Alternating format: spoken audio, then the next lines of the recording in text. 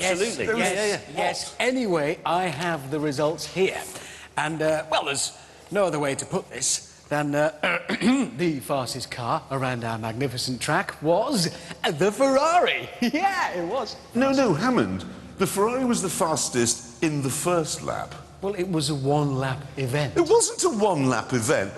No, because then we passed all the cameras away, OK, and then we kept going, as you remember, and by the end, the McLaren was not just faster than the Ferrari, but faster than the Stig. Yes, but that wasn't the end, because then the Stig went out again in the Jag and was faster than the McLaren. Well, yes. Hang on, that wasn't the end either, because if you remember, it then started raining, and in the rain, the Audi was the fastest because of its four-wheel drive. So... This isn't very good, is it? Well, it's not very clear. No, it isn't. What we're saying is that various different points, all of them were the fastest. Yeah, anyway, look, I've got the results of everything over here, all the categories. And speed, yes, we decided that was a dead heat for all three. Quietness, that was also a dead heat between the Audi and the McLaren. Discretion, the Audi. Economy, that was the Audi. Value was the Audi. But, finally, equipment, that was the Audi.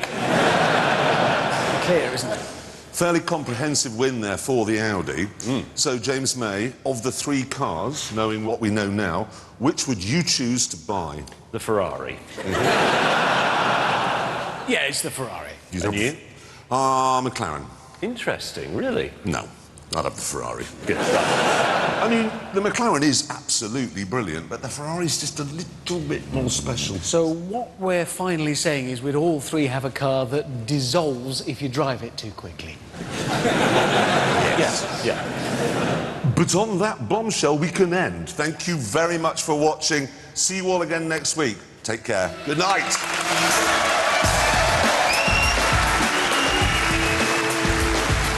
Two LAPD cops are on the case of an illegal shipment of gold Krugerrands, which is a valuable South African coin. Don't worry, I didn't know that either. Lethal Weapon 2 is at 10:15. After the break, Kilkenny v Limerick, live from Kroger.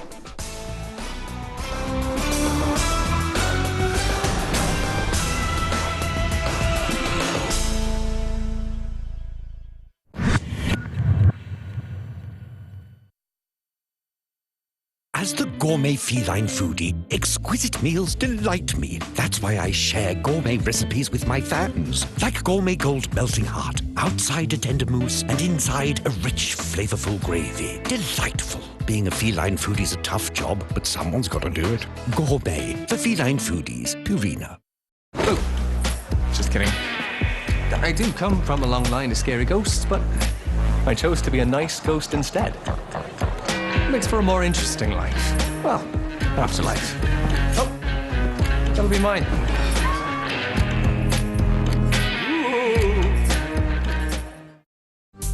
You're going to do your thing, period or not. With Tampax, you can do everything and feel nothing. The tampon gently expands to fit your body, to give you our best in comfort and protection.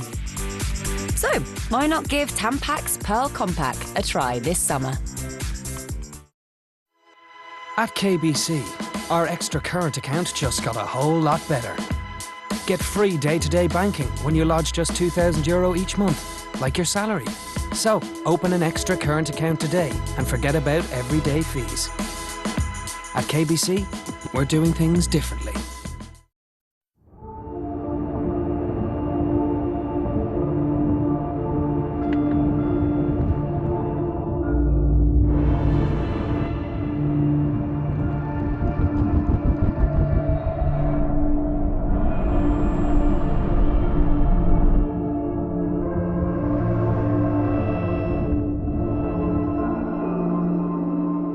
Fatigue. You simply can't ignore the signs. If you're feeling tired, stop, take a coffee, and a 15-minute nap.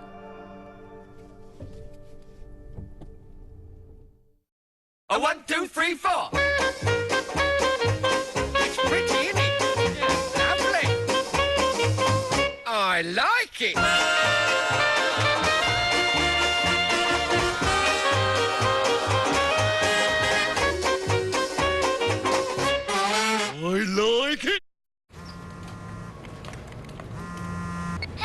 Hi! Are you having fun? I really want to show you something. Come bounce with me. Oh, I'd love to.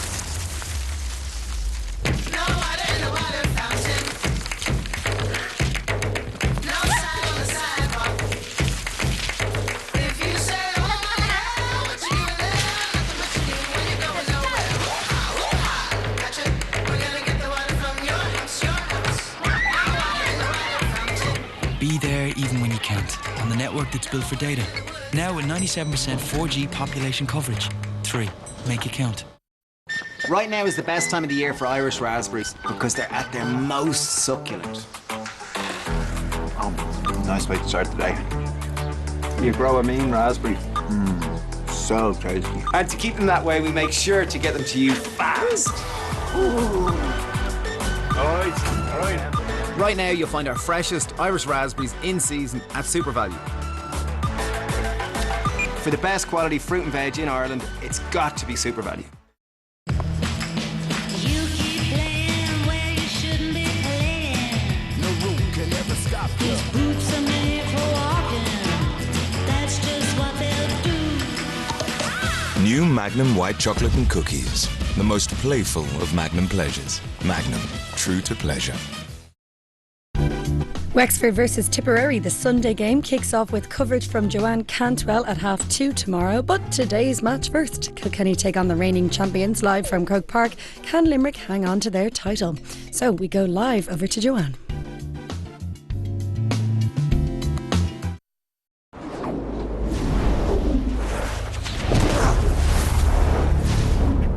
Bord Gosh energy, hurling to the core.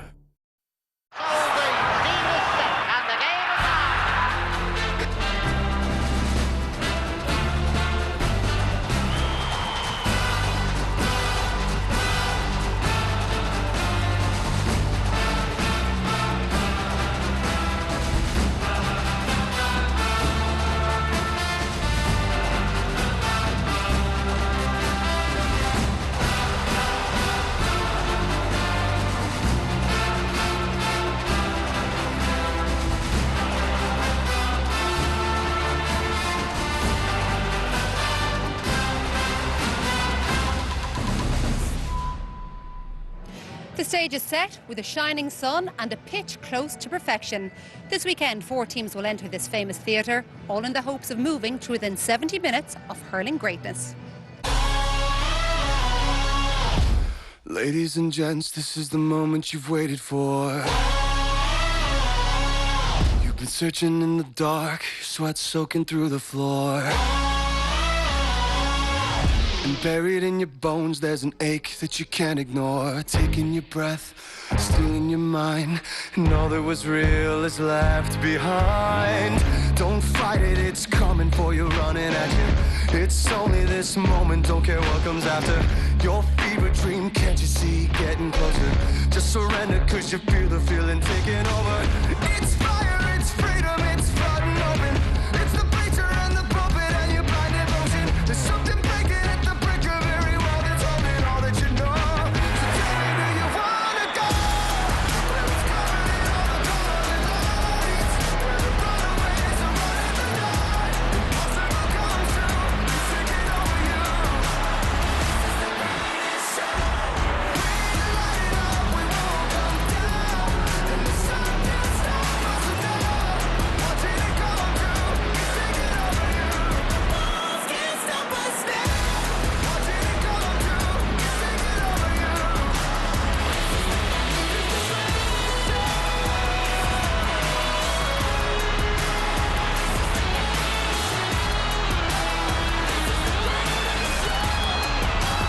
This is the greatest show. And for the greatest show, it's Leinster versus Munster in both of this year's All-Ireland hurling semi-finals. Wexford against Tipperary, live from Croke Park with us tomorrow afternoon. And it all starts right here this evening in less than an hour's time. The champions Limerick taking on Kilkenny. What a day for it as well, with the sun beaming down. Where else would you like to be other than strolling down Jones's Road, the hopes of perhaps another classic.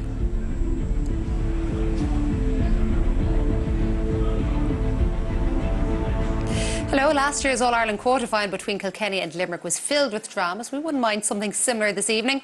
Donaloe, Cyril and Jackie will take us through it all. And of course, it's only actually the second year that we've had the two semi-finals in the same weekend. Are you a fan of this festival of hurling?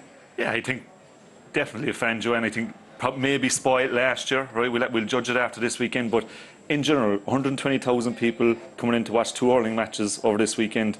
We're an island of 5 million people in a world-class stadium that's ran as well as any other stadium in the planet, and athletes that could stand shoulder to shoulder. So in general, I think this is a fantastic weekend for hurling, fantastic for the GAA, and it's something that really looking forward to. And bizarrely, only one team from last year's All-Ireland semi-finals are actually in it this year. That's the champions. Is that as you might have expected? Well, yeah, well, you expect Limerick, but definitely like Galway will be feeling, and Cork as well, I'd say. You know, they'll all feel starting out trying that had a great chance, because with the new system, it's harder to win the All-Ireland, there's no doubt about that, there's more games, but it's also harder to lose. You can lose a few times and still win the All-Ireland, which probably is great in its own way. You talk about out here today, like with the 60 or 70,000, downtown this morning in Dublin, it's full of, I don't know where the Kilkenny, Jackie is here, but where the rest of the Kilkenny guys are. Because like, it's full of, it's very predominantly Limerick, 6-7 to 1, they're really up in droves, they're following the team, they are the Munster champions, the league champions, they are defending All-Ireland champions, and they feel that this team, they know it's a good team, they feel it could go on to be a great team, and to do that, of course,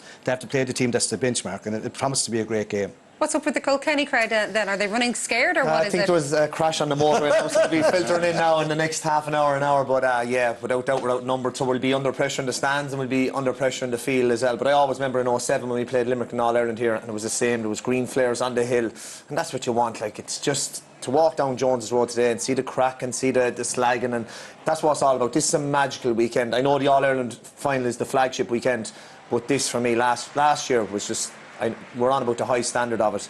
I just think we just kind of take over the country. It's all about hurling this weekend, and it's brilliant. Actually, you did mention, didn't you, that losing at the semi-final stage is just the worst?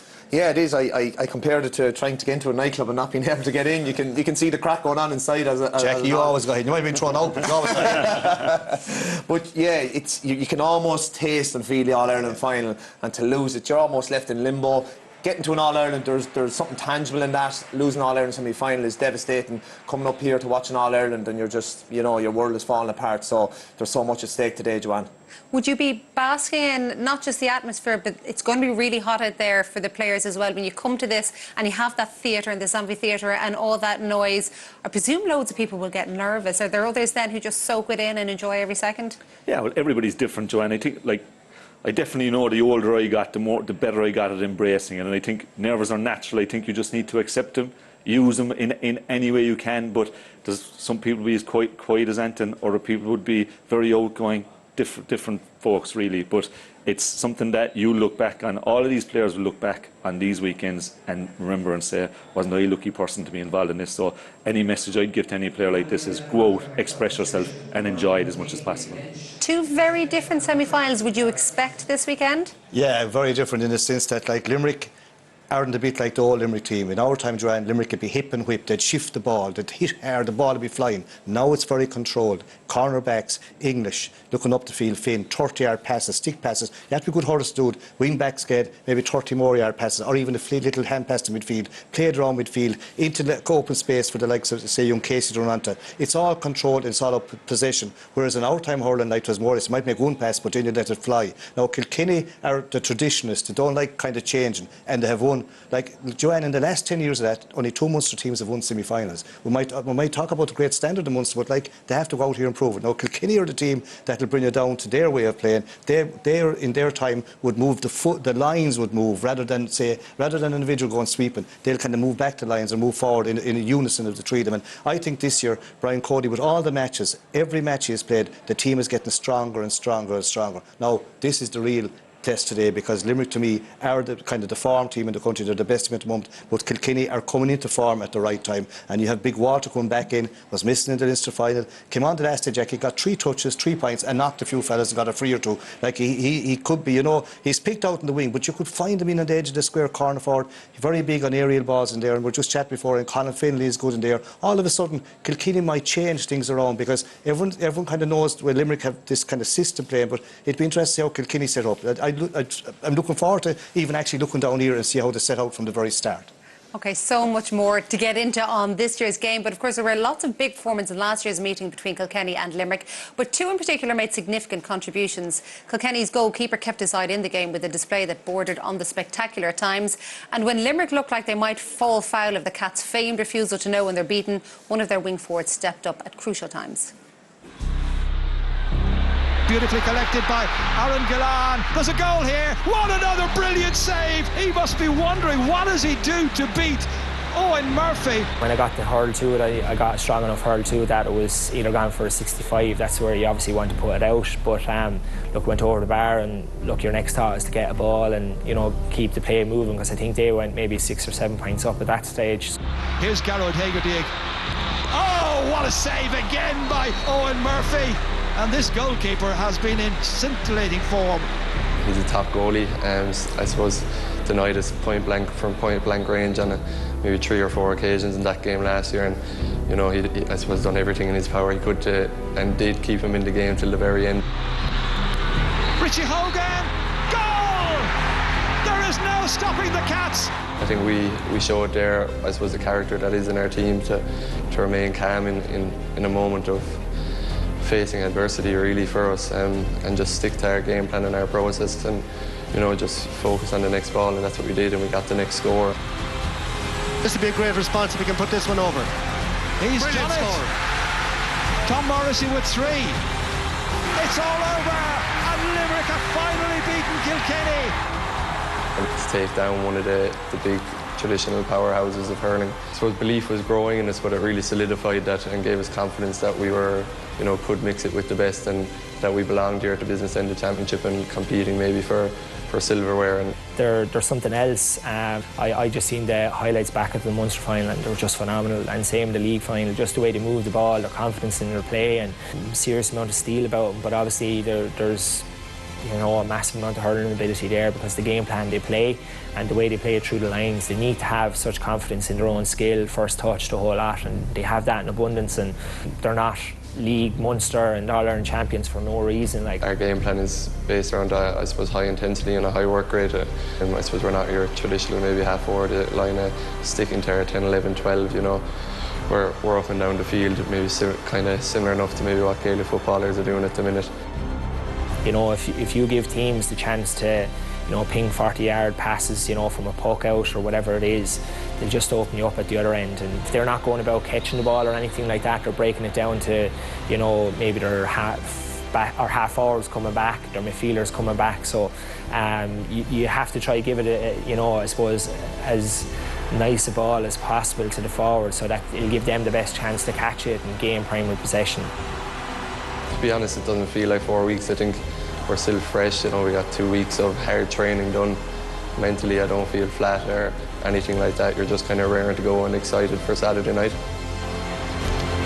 Running inside is Richie Hogan, he pulls the trigger! Brilliant goal! Look, and Richie Hogan coming back is massive, and he's loads of experience, and look, you know, you can't be saying, you can't waste a couple of years of your life saying, look, we're a team in transition. You know, there's never a better time to win an All-Ireland than now. Or Limerick are going to be in our way next Saturday night, so look, just we'll bring it on, looking forward to it. We believe fully that we can achieve what we want to achieve this year, which is beating Kilkenny Saturday and getting to another All-Ireland final. As a group, we have aspirations to be a great team, and in order to do that, we have to go on and win more. And I suppose that's where our hunger comes from. We want to be great. There we have the Limerick hurling team arriving at Croke Park. Actually, the only one of this year's semi-finalists yet to appear in the championship at Croke Park this summer. But of course, they did have that magnificent display in the league final. Kenny, most of that team pretty familiar with the grounds of Croke Park, especially that man. It probably feels pretty much like his own back garden for Brian Cody. Jackie, Tyrrell, you obviously had that famous article earlier in the year where you talked about Limerick dealing with the hype, because this is something you've had to do. Have you changed your opinion since you've seen them throughout the championship campaign? Yeah, Joanne, you'd have to be hugely impressed with Limerick, how grounded they are. You listen to Tom Morrissey there in his interview, so focused, so clued in. So, yeah, you would have to say that they're in... even to get back to an All-Ireland semi-final is a huge achievement for them. So I absolutely would change my mind on them. They're, like, so focused.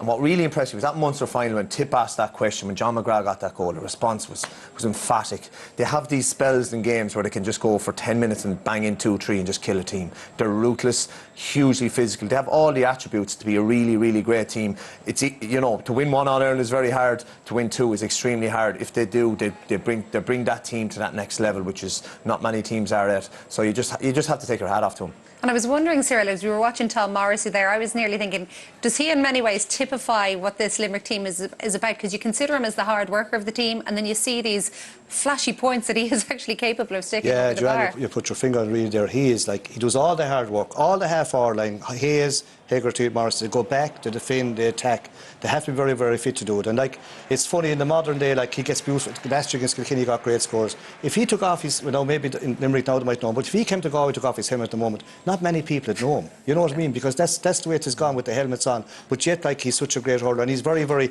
They're from a very strong traditional club ahead. The Mackies would have come. They would have been kind of steeped in that tradition. No, they wouldn't be steeped in winning. And that's what Jackie's on board here. If they can add an All-Ireland to that, that puts them on a different level altogether. The only team really consistent that was, say, Kilkenny and Cork to this and Tip. But if you put their All-Irelands together, Jackie, Tip, Cork and Kilkenny, there's hardly anything left for any of the rest of us. So therefore, if the likes of Limerick can win 2 in a row, it's a fantastic achievement. And it's going to be hard to do it, but they are capable of it because they have the 20 to do it, which is a big help. But they're going to have to go out here a little bit different, Jackie, playing in Croke Park than playing in Thurles. There is no doubt about that. Thurles is a great pitch, Limerick is a great pitch, but there's something about here. This is where the All-Irelands are won or lost or semi-finals, and it takes its own, even for young fellas, it has its own edginess, and there'll be a big crowd, as you said, it'll be like a cauldron. Whoever gets off to a good start, half the battle, and how the matchups are going to be interesting, and they'll be picked here, and they will play, but numbers, in our time, number 2 and 4 played cornerback, but now number 2 and 4 could be above in the full forward line. It's completely different. We might get to matchups in a little while. Let's talk, because we've just seen Eoin Murphy there, whom you have openly said best goalkeeper out there at the moment. There are lots of them. What about the role that both he and Nicky Quaid play, and how important they are to each of their teams, as all modern-day goalkeepers are? Yeah, well, Tom Morrissey touched on it, the change in games. Cyril mentioned it there in terms of the cornerbacks. I think we're seeing that all over the game being changed over the last number of years. And it should be mentioned as well, Cyril was one of the people who introduced, more people in around the middle of the field, the transition of the ball through the hands in the 80s. But in terms of this weekend, the key influencers for me, and maybe you could be accused of being a bit parochial, are the goalkeepers. Nicky Quaid's puck out, to see there the way he was so intent. Also, bravery, a fundamental part of goalkeeping. He was spreading himself there in an effort that he was going to take the belt of the ball because he wanted to stop it. Here's one from last year's All-Ireland semi-final. Everybody in Ireland remembers what happened then. Bet you not too many people, if you ask the person beside you what happened next, actually remember what happened next. But this to me told me a lot about where Limerick were at, how well they were coached, but also that they had the players to internalise that coaching and that they had the belly for the battle. Your thoughts, and sure, a young kid, do not go across your own goals. This was an All-Ireland semi-final that Nicky Quaid was just after making an outstanding save, and he had the presence of mind to go back across his own square and give a pass that was a kind of a high-risk pass across the square. Eoin Murphy, same thing here. What I love in this, it was a great save. Maybe you could say it was at a nice height. Again, he could change the energy systems to being very relaxed and offload the ball. This to me, look at where he's standing, right? Composure to dummy a Cork player, and the expansion of the role that we're seeing in all goalkeeping roles, but hurling in as much as any goalkeeper coming out the field.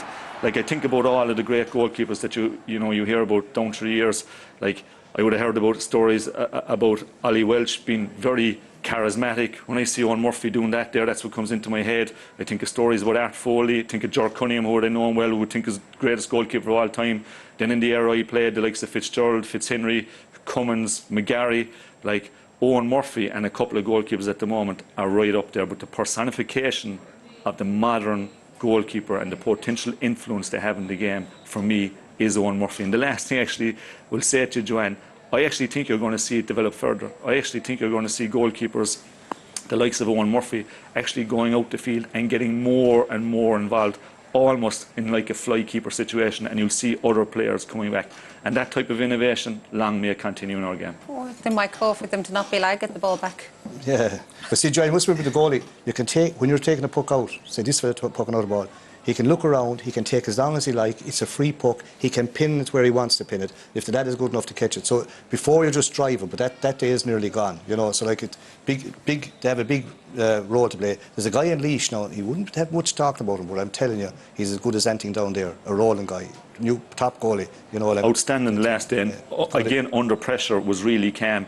Like that tendency was there. I watched him, they were down to 14 men, he was still trying to find his player. Like Nicky Quaid's numbers last year, Joanne, 73% retention of their own puck out had a huge impact on Limerick being successful. Okay, we might get into the discussion about the role of the others involved in those puck out rates as well out the field. That's a little bit later, but at the moment the excitement definitely building. We're looking forward to a massive 70 minutes like these two have provided us with in the past. Now the big question is about to be answered. Limerick or Kilkenny? Goal speed is bottled into the goal. The ball is in the net. Yes, it's a goal. Limerick are the champions. Just look at it. Willie Fitzpatrick now for Kilkenny. And it's a goal. And there it goes, kicked into the corner of the net. Kilkenny have won the All-Ireland final. And it's all just a little bit of history repeating. Dangerous moment is Eddie Brennan. Let's fly! And Eddie Brennan gets the first goal of the game. And there's another goal. Henry Shefflin rose in with another. And the Liam McCarthy Cup is going back to Kilkenny. Newspapers shout, and your style is boring. Hogan buries it. Kilkenny have won. Another day of triumph for Brian Cody. It's raw now at the moment. It's just very raw. We literally poured ourselves out. Nobody wants to yield an inch. Here's a shot from Tom Morrissey in the added time, and he's put it over the bar and put Limerick ahead, and the referee blows his whistle, and Limerick have finally beaten Kilkenny. They're the victors over the mighty Cats.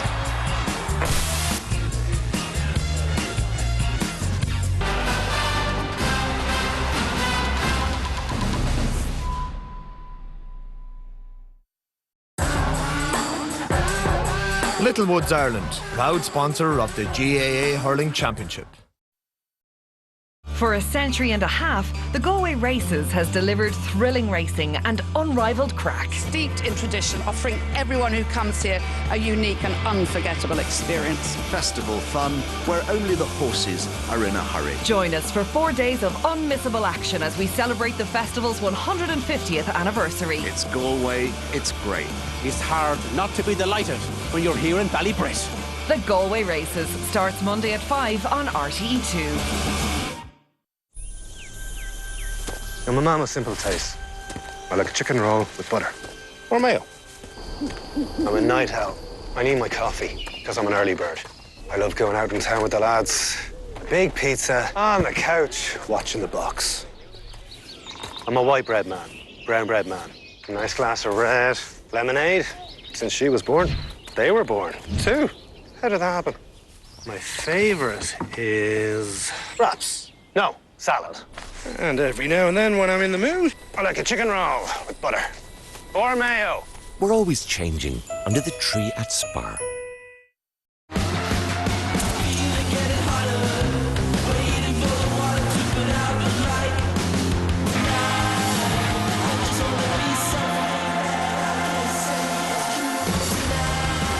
We wanted a lager with more taste, so we made one. Hop House 13. The football season is almost back, with tickets for every Premier League team to be won each week with Coca-Cola, plus the chance to support a good cause with Sport Against Racism Ireland. When you give blood, you're saving your neighbour, you're saving your partner. It just takes one person to bring an extra person down with you. It just increases the volume of donors. Make the time. It's definitely worth it. I would appeal to people to become donors.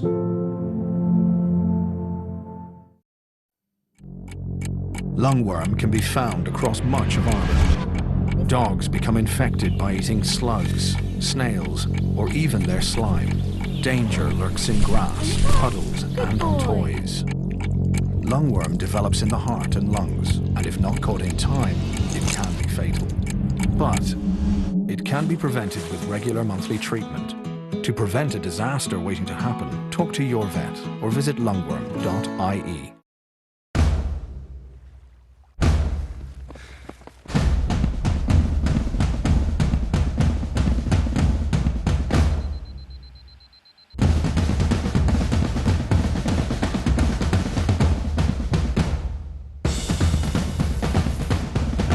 Some moments teach you all you need to know about yourself. The Electric Ireland GAA Minor Championships. This is major. The new Boyle Sports app is so fast. What will surely be the last kick of the game. It's like playing with time. It's over the bar, and that's going to do it. So why not check out the latest GAA betting on the faster than ever Boyle Sports app? Boyle Sports. Time to play.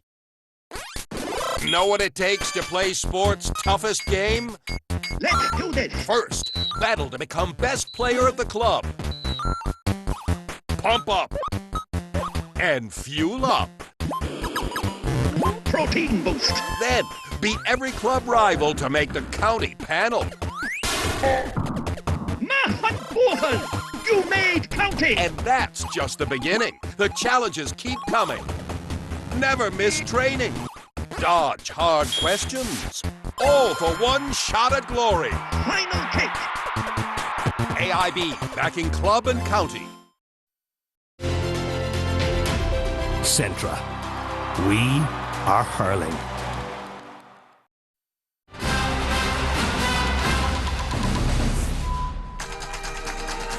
Here at Croke Park, it is 1-0 to Kilkenny over Limerick already because their minors have just beaten them by 224 to 18 points. Goals coming from Jack Doyle in the very first minute and then a second from Billy Drennan as well.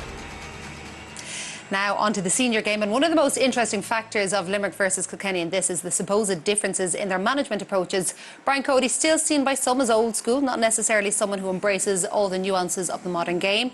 A modern game that of course has helped John Kiley guide Limerick to Liam McCarthy.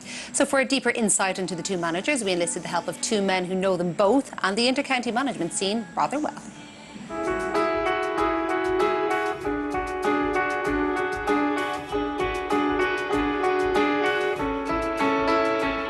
So here we are, 12 months after, I suppose, Limerick's big win, where they, I suppose, a bit of history beating Kilkenny. And sometimes for me, you have to go back to the past maybe to say, was that what springboarded this Limerick team forward, or was that the starting point for you? Yeah, very hard not to think that it wasn't, you know, when you beat the traditional powerhouse like yourselves. Limerick have grown nicely, I think, in the last few months. I think they were able to probably rattle a few of their players' cages, and in that context, I think maybe Kiley has managed that really, really well, in that he has got guys chomping at the bit again. And strangely enough, they're back to the probably best 15 to have. The interesting thing from a Kilkenny point of view, to kind of counteract that, I suppose, is no John Donnelly played last year. He only came on as a sub. Richie Lahey came on and got 4 points last year. Walter didn't play last year, and there's an argument to be made that Kilkenny have found their best team as well in the run-up to the game, so that makes it probably all the more intriguing. TJ, who has probably been quiet for the last 2 matches, which for Kilkenny I think is a great way for him to be coming into this match. You know, he's a guy that sets very high standards for himself, and I think he embraces the pressure that comes on his shoulders. The interesting thing for me from a tactical point of view will be watching if TJ goes to centre forward, will Declan Hannon go with him? Declan Hannon likes to sit there, you know, and rely on Hegarty, Hayes and Morrissey maybe to fill that space, and can they afford to do that with TJ if he goes to the half forward line? And that's probably going to be an interesting, I suppose you could say, a subplot, but it's not really. It's going to be one of the main battles really, or tactical setups. And for me, I suppose, looking at both of them, you know, I had a little bit of interaction with John Kiley when I was with the Kilkenny 21s, and to me he's probably a Cody Mark II version, because I think they have very, very principled, and pardon the pun for the two lads, you know, I suppose, in their roles, but they have their core principles that they really stick by, and they're not unalike, you know. I think, you know, both of them have a great, they exude authority, you know, I suppose, and in a different way. I think John is obviously maybe, you know, I suppose the more modern version, if you like. And we don't hear as much from Brian, even it's guised almost by a kind of a simplicity of approach, but you'd know more. But for me, I wouldn't underestimate their ability to be innovative which one was going to be the happy man leaving here on Saturday night. Yeah, look, we've drawn great parallels between both teams at their strongest. Now Kilkenny at their strongest. I just think Limerick's performance in the Munster final, if they can just back up that performance, I expect John Coyley to be the happier manager leaving here Saturday evening. The drum that they will be beating is that we don't want it to be a flash in the pan. We want to, show that we've moved away from last year, we moved on and we're in the now. And it pains me to say it, but I still think they might just have enough. I expect Kilkenny to really go after this. I won't be at all surprised if Kilkenny get over the line, but I would give Limerick just that hesitant nod. Yeah, sure, we look forward to seeing it anyway Saturday evening. Should be good. Shin Will. Definitely should be good. Now, no matter how many of these Kilkenny players retire, you still don't really tell us a whole lot about what happened, and especially about Brian Cody. And there is that thing that people talk about, like I mentioned it there before we went into that piece about he's considered by some to be old school. We hear that the players often lead an awful lot of what happens on the pitch. So what is it like, and is that the case, that the players do take it on board, and is that coming from him? There's an element of both in it, Joanne. You don't manage at the top level for 21 years if you've not got a massive hurling IQ, be innovative, be able to view the game in certain ways. Brian will 11 All-Irelands. Correct, yeah. He has his core principles which he drills in, which is about application, fighting on your back, work rate, body language. But outside of that, he has a great intelligence and grasp of the game and the players he has at his disposal. So in the last couple of weeks, him, Michael Dempsey, Derek Ling, James O'Garry, they'll be looking at matchups. They'll be looking at Hugh Lawler on Aaron Gillan. They'll be looking at maybe the potential of a full forward line at some stage of Wally Welsh, Colin Fennelly and John Donnelly for height, getting ball into that. They will be looking at all these subplots, but he does empower the players. And what I mean by that, he gives the players the power to make changes themselves on the field. So he will be like to Richie Hogan, Richie, if you're in corner forward and this ball not coming out, just get yourself out into the game. Go out half forward, go out centre forward and put John Donnelly and maybe TJ Reid. He does give that power if you look at it. And to the younger players as well? Absolutely. He will say, if you see something, do it.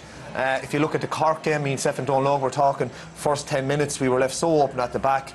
Conor Fogarty, Paddy Deegan suddenly dropped back. There was no real communication from the sideline, but that's the players seeing what's happening on the field, reacting in a positive manner that can influence the game. So it's a bit of everything from him. He's an ultimate motivator, huge hurling IQ, but he knows his lieutenants out there and the decisions that they can make. So it's rounded all into one big kind of an insatiable desire to be the best that they can be. And none of you actually know John Kiely all that well, although Paul Kinnerk gets credited with a huge amount of what Limerick do, and from John Kiely himself as well. You did work with him, but quite a few years ago with Clare. Yeah, I did, Joanne. Spent a year with Paul, top class fella. Very scientific in his approach, working down in UL and studying down there. Really strong belief in terms of the skill development through game-based training. But he was a player himself as well. He was a footballer of a high standard. So he's got both sides of his brain. Really, he's able to operate both the left and right hand sides of his brain. I would say from a coaching point of view, I haven't come across better. The other interesting point with him, he's only 33, right? So he was involved in the coaching setup with Clare when he was in his mid-20s. So this guy is still only at the start, and imagine what he can do is go on to great things. But I would say I'd be surprised if there was anybody more influential in the Limerick setup than Paul. See, Joanne, a lot of people make the mistake to talk about managers. Managers and coaches are completely different things. If you look at the top counties, they'll always have their lieutenants. Like the lieutenant for Cody is Michael Dempsey. He's there. There's a lot of work with Carlo IT, Paul Kinnerk and Joe O'Toole with Limerick and with Clare before this. Fitzy has got Saoirse Bulfin. They all have their lieutenants that, okay, the manager can't do everything and they're good at delegating things. Eddie Brennan did the same thing down in, he got in Niall Corcoran. You nearly have to do that because there are two different roles. If you think that you're going to do coaching and years ago, but not now the way it's gone so detailed, so even, the whole detail of, say, stats and breaking down, breaking down the games, and you have to trust your lieutenants. And as the boy says here, you have to trust them on the pitch as well. And when you put them out on the pitch trying inside the white line, if you do a thing, say a new thing and it works, it's great. And if it doesn't, you get shot. But you live. You know that from experience. I know that from experience. But you have to live by that because you have to trust the lads there, and it might work again. And you kind of you make them a better each of the managers out here today will make the players the best players they can be, and that's the sign of a good manager. The coach has the rest of things. There you see Kilkenny making their way out onto the pitch. It looks pretty decent crowd here, and why wouldn't there be? We were expecting an absolute thriller. We had one, of course, last year and a few years before that as well between these two sides. So Kilkenny out, just waiting on the All-Ireland champions now. It was interesting, Donal Óg, when Jackie was talking about how Brian Cody and Mick Dempsey will be going through all the matchups.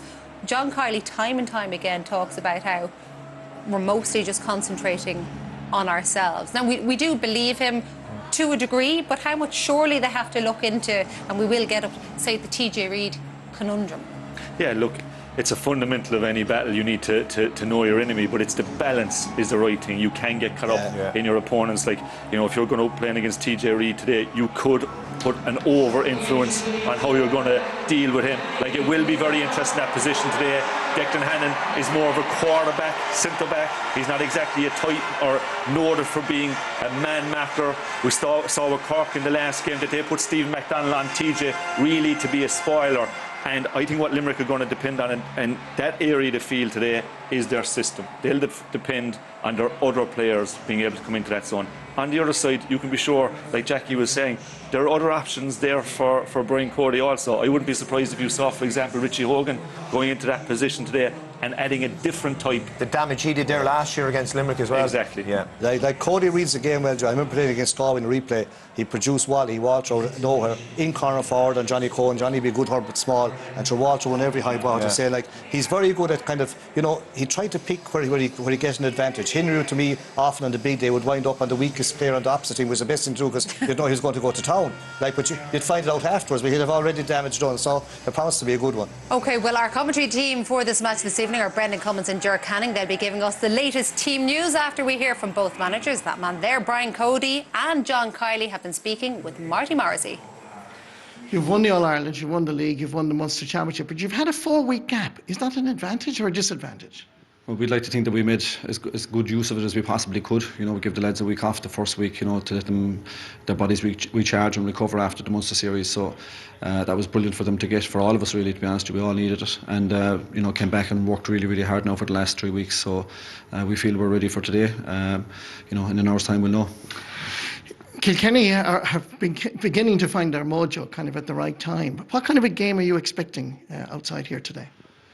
I think, you know, listen, it's going to be two very hard-working teams going toe-to-toe, really, Marty. I think all over the pitch, you know. I expect, you know, that's going to be the hallmark of the game, and obviously those battles, those individual battles and the collective battle overall is going to be really, really important as to who gets a foothold in the game and gets enough possession to use it.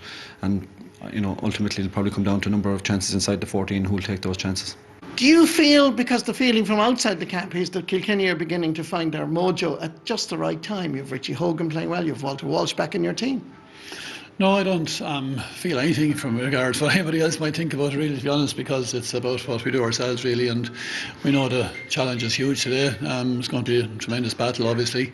We're playing the best team in the country, and like I said, we're very, very happy to be playing the game, but it's going to be seriously competitive. Is there a key battle for you that you have to win today? No, it's all over the field, it's everywhere. It's a 15-man game, 20-man game, obviously, as well, and it's going to be, from start to finish, we have to just be really on our game. He seems remarkably calm, doesn't he, Brian Cody there, but he's been through all of this so many times before. What a combination we've got. The All-Ireland champions from last year, probably the favourites, Brendan, against Kilkenny, a team you just ignore at your peril. Yeah, there's no doubt about it, Gerard. Probably Kilkenny are lucky to get Limerick tonight, and that is probably at their most vulnerable. The long layoff, plus everyone you meet is saying, Kilkenny put it up to them, but Limerick will pull away. They said the same thing about Cork, Gerard, and we all know what happened in that quarter-final, but I still think Limerick will have too much coming down the home straight for Kilkenny today. OK, well, let's take a check then on the two teams as they're due to line out, and there's a real trend of consistency throughout this Limerick team, starting with the goalkeeper Nicky Quaid and right through the two defensive lines. Mike Casey has been superb at fullback, while Declan Hannon has faced Kilkenny in the past as a scoring attacker.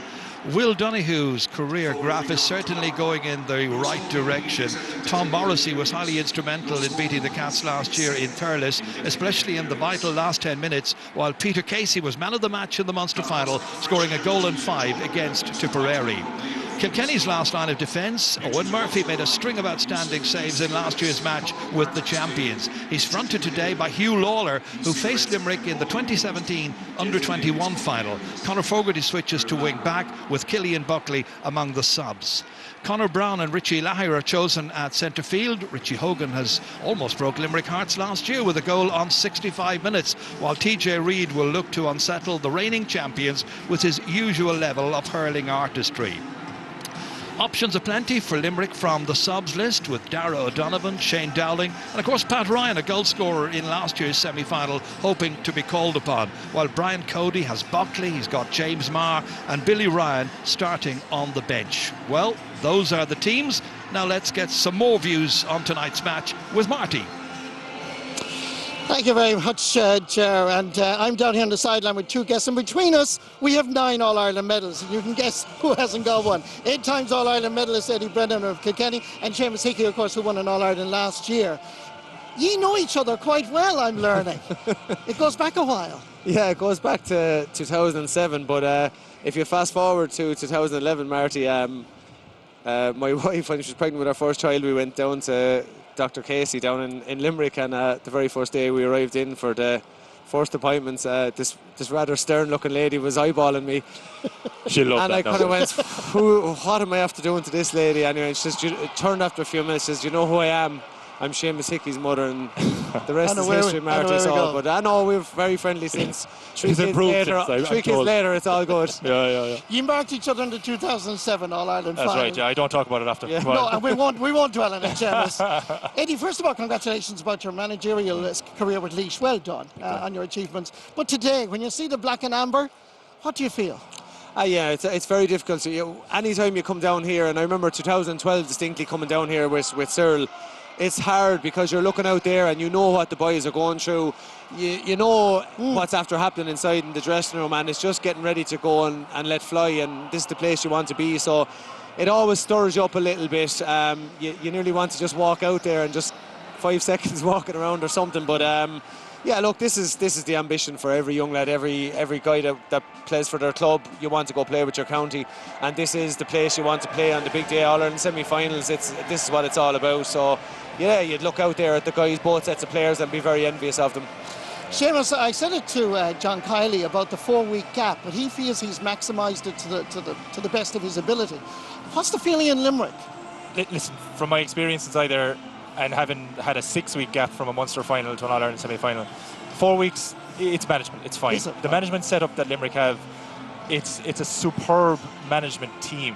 When I look at the likes of Kinnerk, when I look at the likes of Paul Kinnerk, the lads were talking about in the studio. How big a role does he have, Seamus? So, when you talk about game planning and having a variable game plan, I was talking to Eddie about, so what do you want to be on a hurling field? You want to be adaptable, you want to be physical in the modern game, you want to be fast, you want to be able to deliver the ball to hand, but you have to have variety to your game, how you defend and how you attack. Kinnerk provides that. So you talk about game related scenarios in training, you're talking about worst case scenarios of maybe 2 backs for 3 forwards coming at you, or even 2 forwards versus 4 backs. You know, this kind of scenario based drills. So Paul is super. Back that up then with the likes of Shawnee O'Donnell, who's the video analysis guy, but like he digests volumes of clips, video from all other teams, breaks them down, analyses strengths, weaknesses, tendencies, picking out tendencies, then meeting with John and Paul, game plan development. And I think Limerick are a very dangerous team with 2 weeks to prepare for any team.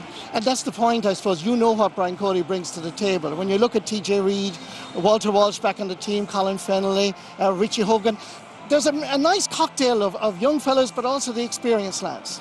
Yeah, that's for sure. And I think what that probably does too, like for me, I said this a couple of years ago, I'd like to see Richie Hogan's challenge change a little bit. So placing him inside here, he's going to occupy a Limerick defender. So like he's the kind of guy that a Limerick defensive unit can't just disregard. So you're looking around at defence, or the Kilkenny forwards, and saying, okay, who do you earmark?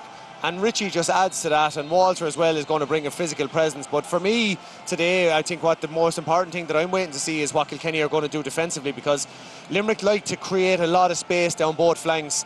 So for me, are Kilkenny going to leave maybe one defender occupy maybe one side of that defence and say to Limerick, well, you can have the one side, but you're not having both sides, which is what Limerick like to do. They like to hit Galan very, very deep, almost inside the 21, over and back across that line, and then Mulcahy and Casey they're very comfortable in that, and the guys coming through, then breaking up, carrying the ball. Very briefly, can Kilkenny win this, in your eyes? Yeah, I think they can. I think we're going to need one or two of our forwards to go mad tonight. As you did many times. I know what you mean. And I mean the best sense. Seamus, can Limerick get to the second All-Ireland final? Limerick can. I'm taking nothing for granted. This is, multiple All-Ireland winning champions on this side of the field, so they're good enough, but, Kilkenny or Kilkenny. Seamus Hickey and Eddie Brennan, thank you both for joining us. We're looking forward to a thrilling match. Limerick against Kilkenny, All-Ireland semi-final coming to you shortly. Meanwhile, it's back to you, Joanne.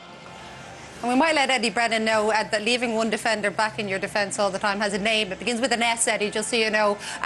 Jackie, just to build on what they said, but also we heard Tom Morrissey talk about earlier on. He said about how the way Limerick play is nearly like football. How much does the way the half-forward line operate in that? And do Kilkenny at times do something similar? Yeah, well, John, this game is going to be in one place, the middle third, in the trenches. Kilkenny like to drop their half-forward line in there. Limerick do the same, so they mirror each other. This is the goal that's got against Cork. Adrian Mullen picked that ball up, who was half-forward into Kilkenny half. He picked it up off John Donnelly, who was the other half-forward, 30 yards from his own goal, up to Colin Fenney, and it's a goal. So that's the Kilkenny half-forward line, dropping back, influencing the play. Luke Meade gets the ball and is hunted down by TJ Reid and Adrian Mullen. 2 the half-forward line over carrying. Here's TJ picking the ball up in his own half-back line again. Connor Brown, and you see the far side, John Donnelly, back helping out in their half-back line. And that is, to quote Anthony Daly, that's when dogs of war literally in the trenches winning that. Limerick have been doing it for the last 18 months. They have huge physicality in that area. Here's Aaron Gillan, a corner forward, running back to his own 45, hooking Maurice Shannon. You can't put a price on that. For a defender, it's huge.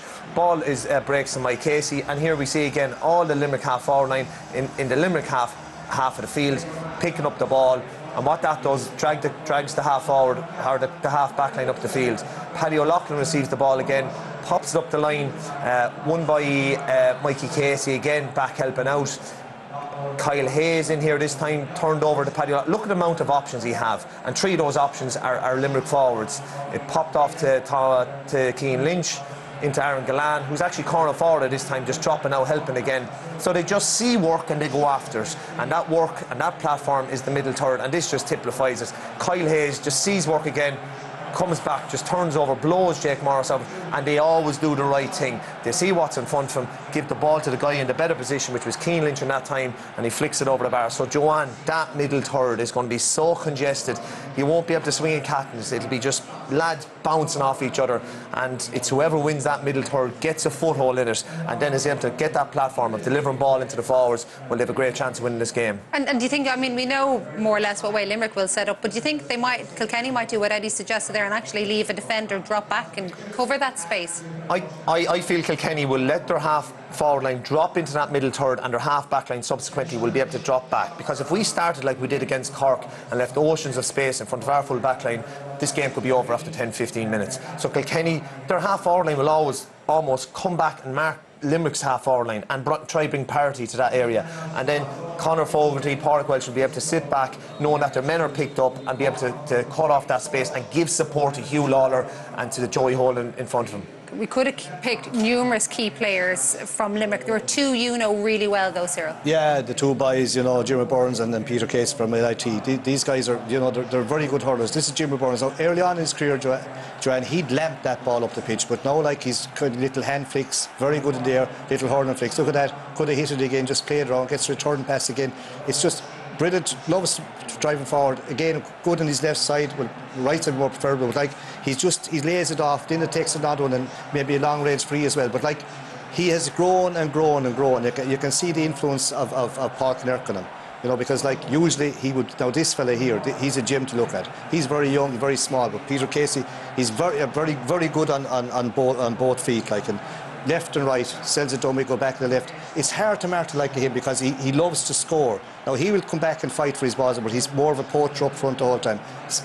He's able to dummy on both sides, which is unusual to him because usually you sidestep on one side and go on your good side, but this guy is equally good on both sides. Great is a great eye. Here's the great goal, like a kind of a poacher's goal.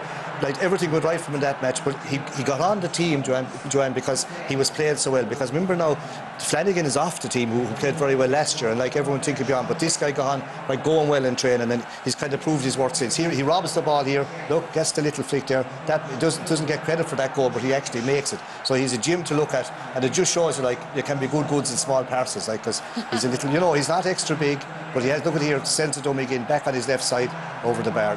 Beautiful to look at. Now he will be shackled. If Jackie was on him now, he'd probably get a rap before the ball would come. But he's going to have to get used to that because he got strong over the year, like, and you'll find he's able to take it. Okay, Jackie, you can take up that accusation a little bit later.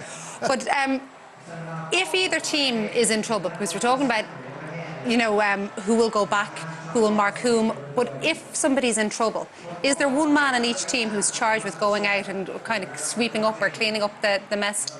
Yeah, well, both teams have options and defensive adjustments, and we talk about tactics. Like you've seen the last day for Kilkenny, Pádraig Welch going back to Alan Cadigan, but this guy William Donoghue didn't play last year, but is really after establishing himself this year. And this is the importance he brings. Declan Hannon is beaten.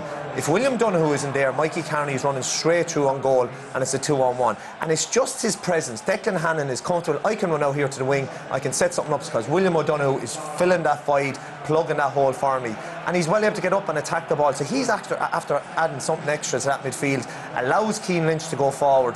Pádraig Welch started midfield this year for Kilkenny, a natural wing back, plays in the forward for his clubs.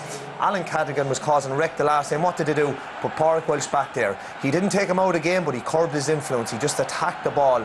So if Aaron Gillan is giving trouble to Hugh Lawler or to that full back line, that would be the adjustment. Pádraig Welch will just slip back there and they'll reshuffle the pack around that. He offers huge flexibility and variety to this Kilkenny defence because they need it, Joanne, because if you look at the scoring, both are averaging 27 points this year. It's the defending. Limerick are averaging 19, Kilkenny 24. So that's where Kilkenny really need to tighten up. They need their half-back line, as we talk about, dropping back and being aggressive and attacking the ball, and maybe a few raps on Peter Casey that Cyril has alluded to that. Aggression, work rate is all we're hearing. It is so hot out there, Donald. Yeah, look, but these players are in super condition, and you can be sure that the management would have managed the lowering, the tapering, all of that would be under control over the last while. I would say Limerick do appear to have a much stronger squad, right? Looking down through the squad there and looking at the substitutes, even if it does come down to it, that could be a telling impact today. So did we say something similar though about Cork against Kilkenny, and was it the Kilkenny bench that actually swung it? It's a fair point going into the game. You would have thought that, Joanne. But I just think when you do look at the subs that Limerick can bring on, perfect example for me is a guy called Pat Ryan, right? I think he's outstanding. Came on against Cork last year, made a huge difference. Really fast. What I saw him playing out in the Super 11s in Boston, actually thought he was the best player on show. And myself and Cyril and Jackie were talking. We just couldn't get over how he doesn't seem to get any game time. So I'd say today, definitely you're looking at a stronger squad in Limerick. Starting Wally takes away a little bit of that punch that Kilkenny offer off the bench, so he will have to go well because the pressure is on. The bench probably isn't as strong as the Cork game the last day. But Young Sheehan and Billy Ryan played well the last year, when they came on. They have pace, but they probably wouldn't be using to the last 10 minutes. Yeah, they wouldn't be as It'll be interesting trying to see who actually picks up TJ, because Hannon likes to go back deep. So maybe William O'Donoghue will kind of get into that void and stay there in front of TJ. Well, I know Anthony Daly, well, we'll get to Anthony Daly in a moment. Here's another man, probably a man spoken about far more than any of the footballers on display at Croke Park last week, and it is a standing ovation as well for the 2019 Open champion after that brilliant performance from Shane Lowry up in Royal Portrush. What was it? 6 days ago. Well, across the 4 days. But there you go. And you know what? He doesn't look too worse to wear either, given the week he appears to have had. He has a smile of happiness, hasn't he? He's brought so many smiles to this country as well. Massive congratulations to Shane Lowry, and he will obviously really enjoy that because, as we all know, his family's steeped in Gaelic games tradition, more with the bigger ball rather than the smaller ball. Now, obviously, we know we've got Aaron Gillan playing for Limerick. We know how many goals they're capable of scoring. but actually, could they even be scoring more? I think so, Joanne, and I think it's going to be could have a huge impact on today's game. Conventional thinking would suggest that there are opportunities in that Kilkenny full back line if you go after it. And a piece I'm going to show here, actually, Derek McGrath deserves a lot of credit for this piece because it came out of a conversation between us during the week. But this is the first half of the Munster final between Limerick and Tipperary. If in this situation that Haggerty turns on the afterburners, I don't think Tipperary, especially when he had the momentum, would have had the pace to be able to go back with him. Here we see Cian Lynch, we see it so often, he glides past defenders. The ball here was a pass into Kyle Hayes, right? Hogan did well to make the save, but again that option was there from Cian. Next one, Kyle Hayes, give and go, right? They do this often. They're going to pace through the defence. Just look to his left here. Limerick had a 2v1. Again, another goal chance if they so chose to take it. Again, touched on already. Cian Lynch gliding past his teammates. If he just looked beside him, he actually hand passes the ball off his right hand side. There was a goal chase on, or a goal chance on. Limerick will be doing a lot more of this today than Cork did the last day, turning over the defence. Great ball by Tom Morrissey. Look at the reaction of the Limerick players. Again, another goal chance there that went a begging. Showed that example.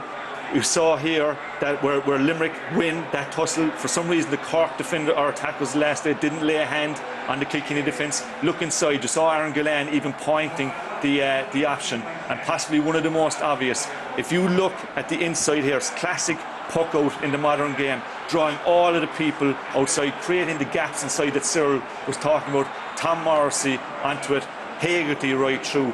Like, Limerick could have actually scored 7 other goals in that first half. And I think today there will be those opportunities, and I actually think today that's going to be the difference between Limerick and Kilkenny, and that Limerick will get in for goals. Well, they did have 16 wides in that game as well, but you're nearly suggesting there, well, you could say that you're suggesting that perhaps they take the wrong option sometimes. There's two things. There's going to be two big differences between the Limerick attack and the Cork attack. We saw 2 examples of the turnover there, Joanne. I touched on it. The Cork attack didn't lay a hand on the Kilkenny defenders the last day. Limerick's attack pride themselves as much on what they score, on what they actually, the way that they tackle. There's going to be a lot more of that today. And they also have an athleticism coming especially from the half-forward line within that system that we spoke about that is going to create those chances. Do you see something different coming from either of these teams, or something perhaps we're not expecting?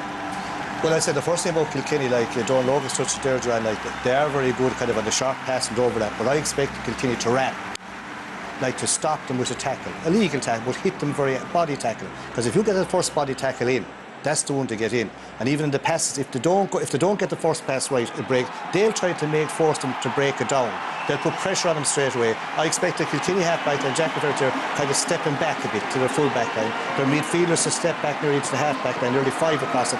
Their half-forward line to come deep and their full-forward line to come deep. In other words, there'll be big space in front, 20-30 yards in front of the Limerick goal for long, because they don't want Limerick running through. And if they can upset the Limerick kind of system of passing, once they can upset that, they're in with a great chance. And they have to do that. You're going to see in the first 10 to 15 minutes, there'll be savage tackles, because they have to do that if they're going to win this game. There's all sorts of rumours going about because TJ Reid has left the line for the parade, but I think he might do that on a regular occasion, Jackie, just when the parade is about to get underway. Yeah, TJ would have some strange kind of things in his warm-up, and he could be just gone to the toilet or anything like that. You wouldn't know TJ, but you know, he's so important today for Kilkenny. And I would feel with Colin Fennelly and Richie Hogan performing so well the last, the attention might drift back into that full forward line and might give TJ just a little bit of space, and you know, a small bit of space for TJ, and he can do great things. So Kilkenny need TJ really to come to the fore today, and he loves that pressure. He embraces it, and he's born to play out here and perform. Yeah, there's a man who's had a few good days here as well as Richie Hogan. What way is it going to go, Donald? I think, Joanne, unless we see today some psychological gap exposed in the Limerick psyche, I think that we're going to see Limerick, and I think you could see Limerick going on to win by 5, 6, 7 points. And no shock withdrawals. Kilkenny are okay. Cyril, what way do you see it? Yeah, I think on form, like, you know, Limerick should win, I'd imagine, on the form of the show, but like, you can't write off Kilkenny, because every time you kind of say, well, they're not good enough, like he has reinvented, say, a brand new team again in the last 2 or 3 years. He's won a league already with them, and now they're back into the last 4. other counties will be very happy with that. They're not happy with that. They want to get to the final. But I think Limerick are good enough to get over the line. Jackie? Yeah, well, I think Kilkenny have to get in Limerick's face. Like, they can't step off in any shape or form. They have to turn them over an awful lot. There's an awful lot more questions probably about the Kilkenny team than the Limerick team, but you could never write off Kilkenny. They'll die with their boots on, but you just feel with this Limerick team that they just have probably a bit more physicality around that middle third, and I give a hedging me vote to them. In 70 minutes? We're not answering that one. There you go. You never know. There does appear to be a much bigger crowd in green out there, but I'm sure we'll have plenty of noise coming from Kilkenny as well. Commentary Oscailga is available over on RTÉ News now, but taking us through the next 70 minutes, or perhaps longer, Brendan and Ger. Thank you very much indeed, Joanne. So the reigning All-Ireland champions return here to Croke Park. And that's a term we've appended so many times in the past to Kilkenny, of course. But tonight, well, they are striving to bring down the champions from Limerick. Croke Park used to be a sort of second home for these cats. But this is just their 5th visit here in the past 3 years. Limerick are playing here for the 4th time in 12 months. The atmosphere is magical, Brendan. Yeah, it is, there's no doubt about it. You know, the stadium is starting to fill up now, Ger, obviously, as the team's going around. And I suppose at last, for those Limerick players there, after 4 weeks of giving Tipperary a fair bit of a belt and below in the Gaelic grounds, have said to themselves, at last, we're back into an argument again. And no better team than the crowd they're staring across in Kilkenny to bring you down, as I know only too well, if you think you're getting above your station. So this is going to be an epic one, I think, Ger. I think Limerick were just a little bit worried, Brendan, about the fact that there was a 4-week gap. We heard the two guests talking with Marty earlier about this, and to try and see what he could do, John Kiley took his squad away to Enfield last weekend in County Meath, where they had a very strenuous workout between Friday and Monday. It's as if to make up for the missing quarter-final that they didn't have. Yeah, it's just the level of preparation that we're gone to in our game, Jerry. You know that teams will go away for, it used to be team building weekends, you might have a few pints the night before and things like that, but now it's very much tactics. What are we trying to do? And I think that's what Limerick can fall back on, and why I think they're serious contenders to hold their title. They have a system, they have a process, we all know how they play, but nobody's been able to break it yet so far this year, Jerry. Well, the crowd is immense. Brian Cody is back once again. 19th All-Ireland semi-final for him. 15-1 so far. And before the action gets underway here, there's to be a moment of reflection. And it is for the late Dick Blanchfield. Dick passed away recently. He was from Lisdowney in County Kilkenny. He was a member of the 1967 All-Ireland winning team. He was one of Kilkenny's 6 scorers in that final against Tipperary, which was a huge victory for the Cats at the time against their old rivals. So we send our sympathy to Dick Blanchfield's family, his entire family. Yesh Lov Day, Goreva Anna.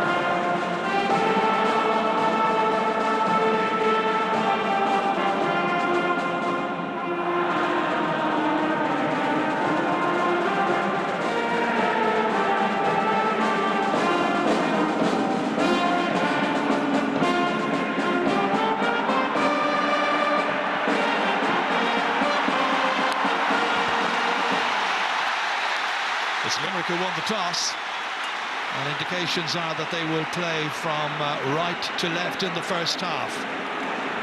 Limerick and Kilkenny meeting for the 3rd successive year, their first semi-final meeting since 2014 when Kilkenny won by 2 points. There's the man in charge, it's Alan Kelly from Galway, and he's got Paul O'Dwyer from Carlow and Patrick Murphy from Carlow as well as his linesmen.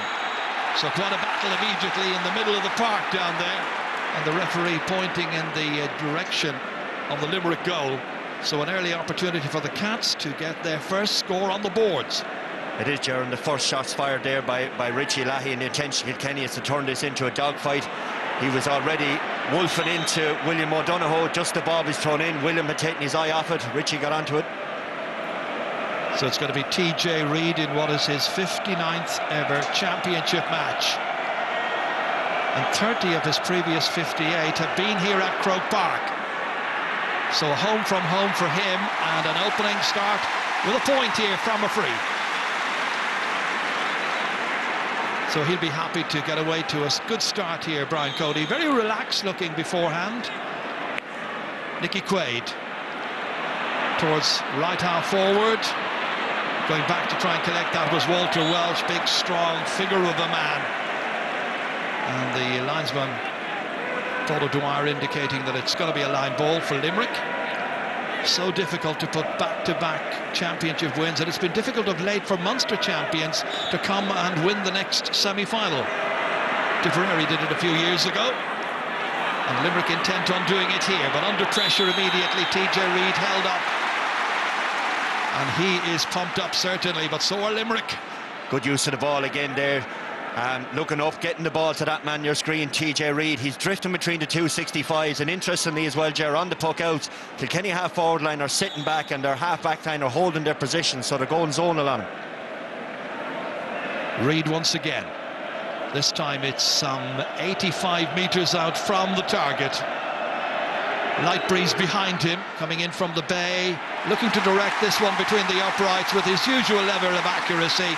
2 from 2 for TJ Reid, and Kilkenny lead. The Limerick forwards here are lined up the field. Quaid is going to have to go short. There's no real option for him long. Kilkenny have sat back. And as far as Sean Finn, all the way down along towards Aaron Gillan. Was there a nudge in the back there? Certain Limerick fans thought. Picking it up here is Hugh Lawler.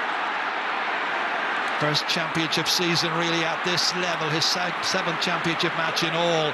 Gathering that one up to try and take it away is Joey Holden, helped out there by Richie Lahey, and Lahey directing it up towards another Richie Hogan, pinching this one, getting into the clear, having a quick look up at the goal, striking it to the right, however, first wide of the match.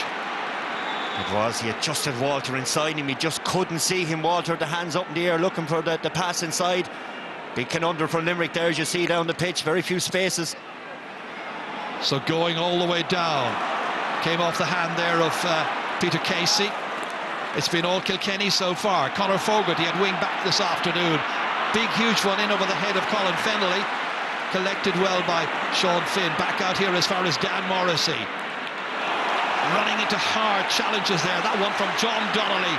But they withstand that, and it's Hannon driving it down. But there's the fullback, Hugh Lawler, able to come, take it at his ease. Out here as far as Paddy Deegan.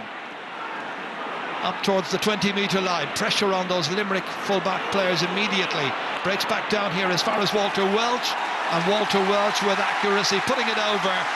First point to come from open play from Walter Welch here. And Kilkenny are off to a flyer. Absolutely off to a flyer, Ger. And as the Limerick defender, Hannon looked in there. Joey Holden was standing as a sweeper in front of Gillan, so he couldn't get it into him properly.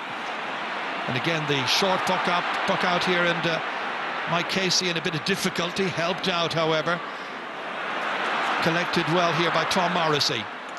All the way down, bounces off the stick there of Joey Holden, almost taken by Graham Mulcahy. Problems there, Mulcahy's about, so too is Peter Casey. It's Mulcahy who's got it, looking for the opening score of the match for Limerick. And this one will require technology, because the umpire's not sure whether it did go in or outside. Limerick could be hoping, and Mulcahy will be hoping that can go over the bar. He's smiling there. I think he thinks he might have it, but this is always the case, Joe, when you're 4 weeks of a layoff against a team who've had a number of matches prior. You know that they're always going to get a bit of a jump on you. There's no substitute, is there, for match practice? And this one looks like it's going through the post, which is probably a kneel. A wide. They could have done with that one just to settle them down. Nearly 5 minutes are gone. Owen Murphy from Glenmore. Huge one towards the other D. Dropped down there by TJ Reid, looking to try and get it was John Donnelly. Helping out for Limerick, Dan Morrissey. Real pile-up eventually. It's Sean Finn who emerges with it, and Sean Finn fouled. Free out to Limerick. Interesting, Ger, as well. The Kilkenny half-back line, as that was going on, you can see those rucks. They're going to be the ones. There's fouls again. Donnelly had the arm over Kilkenny half back line further up the pitch, they're holding their line, they're not getting sucked up the pitch. David Burns, who got 3-pointed frees in the Munster final, ready to hit this one. It's a huge distance out. Has it got the legs? It may have, but it doesn't have the accuracy. So it's a second wide by Limerick. They need to get a score pretty quickly just to try and give themselves a little boost. Murphy again. Terrific last year in the quarter-final when they met down in Thurles. That came off Dan Morrissey. Picked up by Cian Lynch. Away quickly by his midfield ally, Will O'Donoghue. Down there beautifully into the hands of Aaron Gillan to strike off his left. And this one is over. And Limerick get away to their first score after 6 minutes. Aaron Gillan, the scorer. It's amazing when you deliver the ball 20 yards further up the pitch. The accuracy, the flight of the ball is much better for Gillan out in front of his man off the left. It's a good one to steady up Limerick now. Murphy going towards Walter Welsh once again over there at left half forward, helped out by Richie Hogan, putting enormous pressure on Sean Finn. And it's going to be a line ball, went off Finn. And I think it may have to be taken again. Richie Hogan, so good for Kilkenny to have him back fit and in there to start. Came on very, very late, you may remember, in the Leinster final, that defeat to Wexford.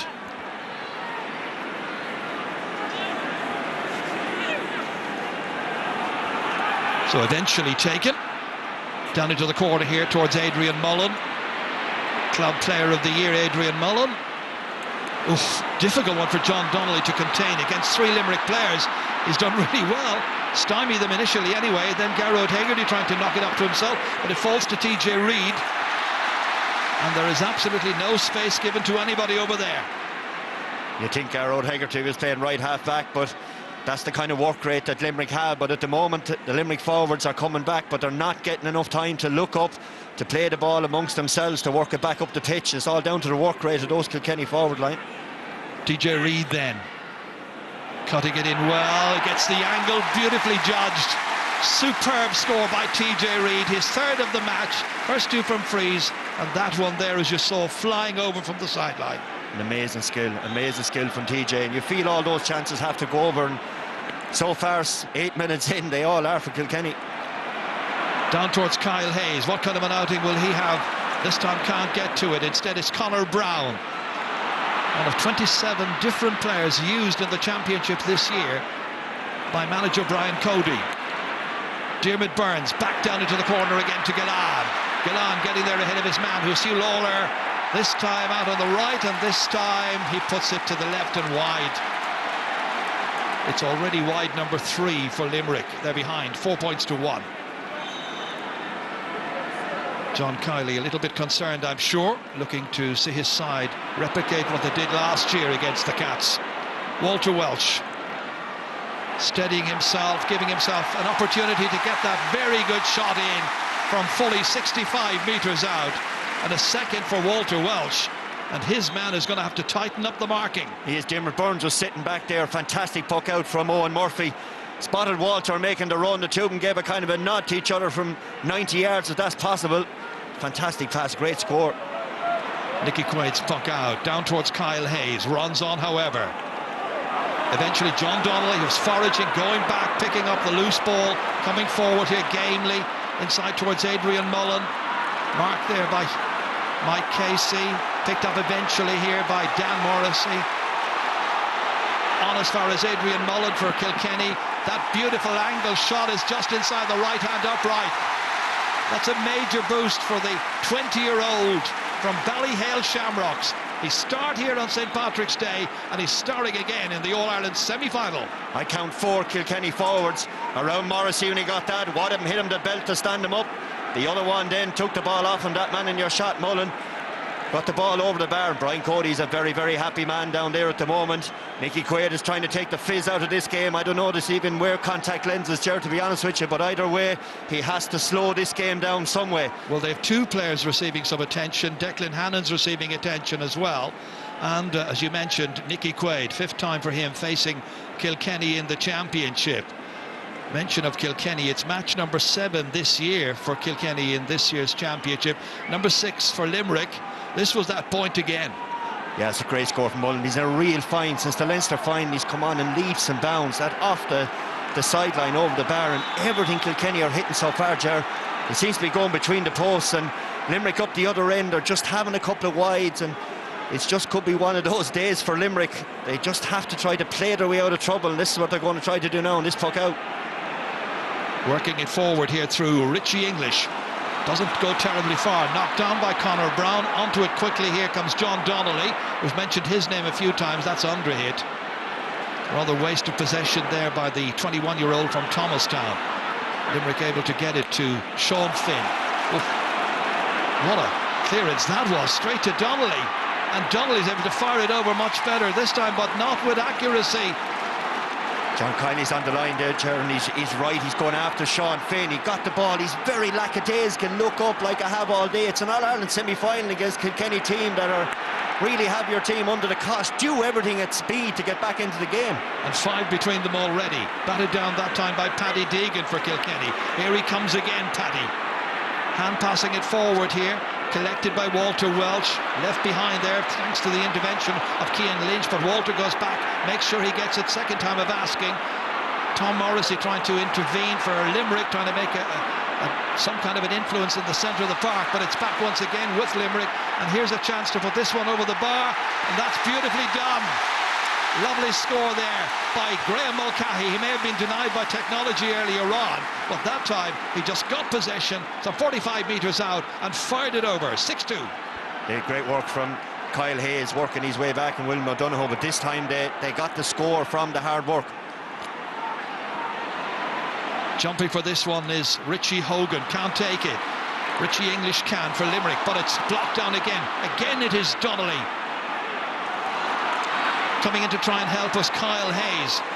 Well, Limerick don't seem to know what's hit them in the early minutes of this match. There's such intensity coming from the Cats. Pádraig Walsh this time, and that is over the bar. Well, he's played in the forwards, he's played in the backs, he's played everywhere and anywhere. When Richie Hogan played it into him in the clear, he had just a score on his mind. 7-2. Well, Limerick can't afford to be casual for very much longer in this game. They've really got to get motoring. Aaron Gillan playing it back here towards Morrissey. That's Tom Morrissey. But there is simply no time, no room to settle on the ball in this match so far. And Limerick are beginning to appreciate that now. Kyle Hayes there, hooked. Out it comes via John Donnelly again. Intended there for Richie Leahy. Won instead by Will O'Donoghue.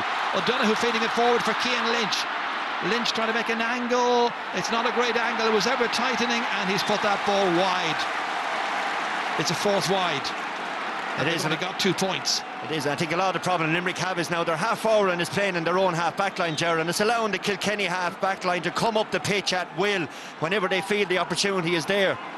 Tactics may need to be adjusted, and quickly. Colin Fennelly. Fennelly scores!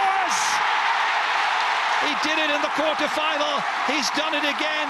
It's goal number 12 in his career, and it's come after 14 minutes, and he's made it 1-7 to 2 points. Far too easy, really, for Kilkenny getting the ball in. Fennelly just pushed his man out of the way. A great finish, but Limerick are really punch-drunk out there in the first 14 minutes. Fennelly gets it inside, cuts in. That little bat past Nicky Quaid just comes off his shoulder. What a start for Kilkenny, Ger. It certainly is. It's Pádraig Welsh driving it back upfield again. 3 men in the inside forward line, but that's going nowhere. Well, they'd need skids on there to try and win that one, but what a goal that was by Colin Fennelly. What a major boost it is, and how lax Limerick have been. Nicky Quaid sending it down towards Garrow Hegarty. They need a big return from the big man in the half-forward line there alongside Kyle Hayes.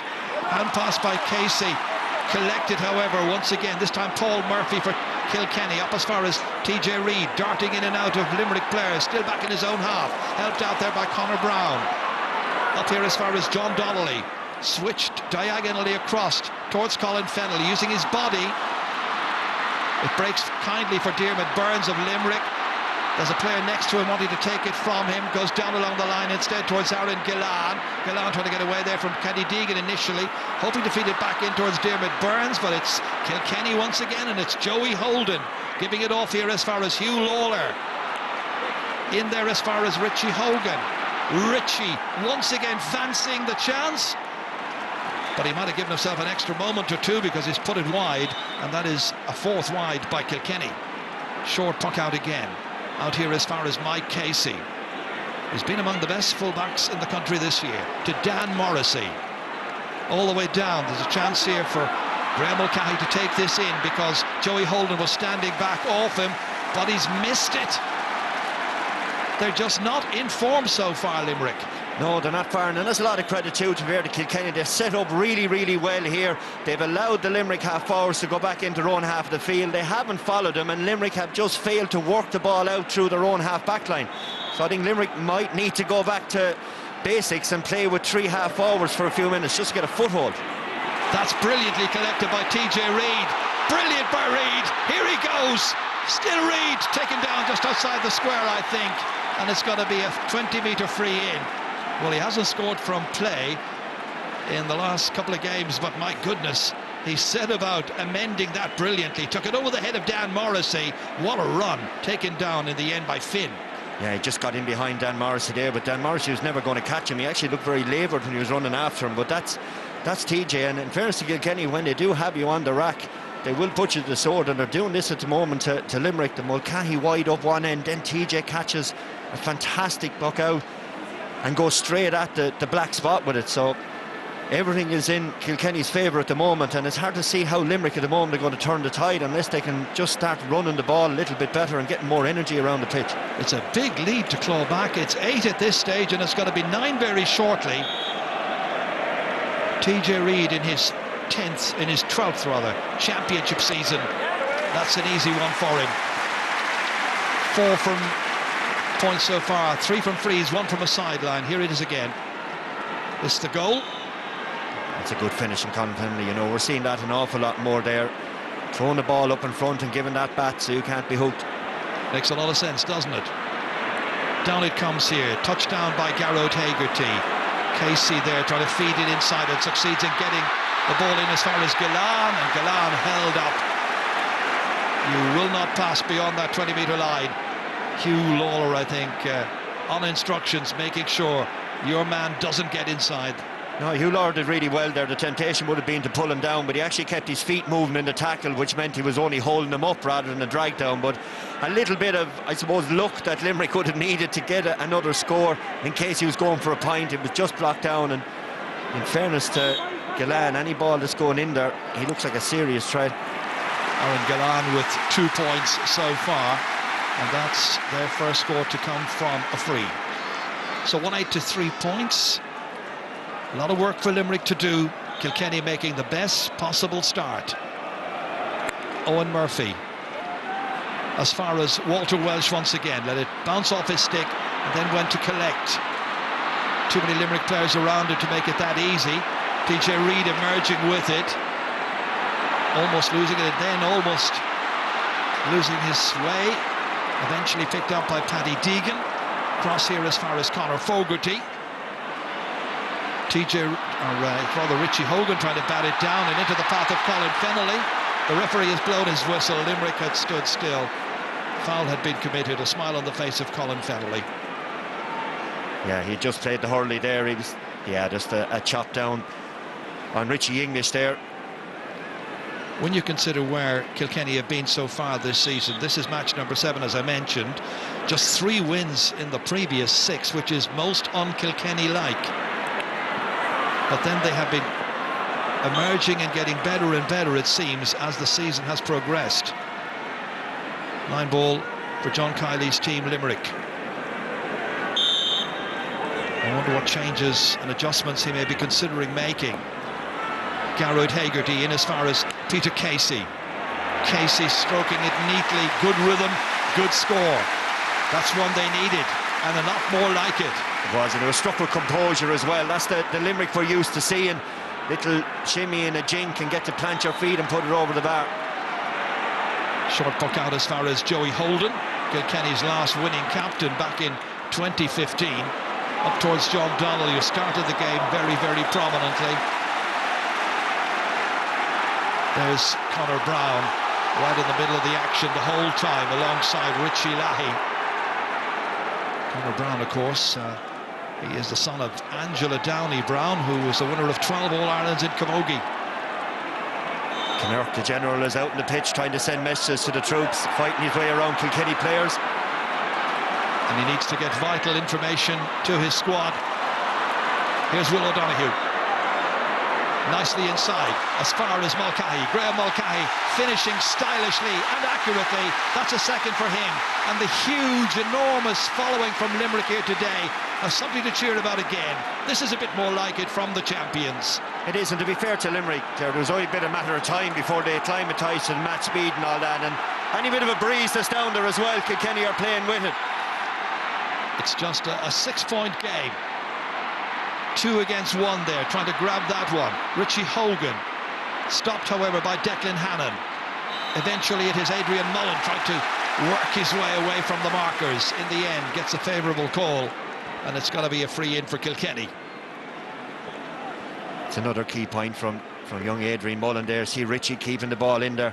See, he gets over the ball, holds onto it, tries to break away, and draws the free. It's the best thing about having a big, strong man. And we see it with Richie, we see it with Walter, we see it with Mullen.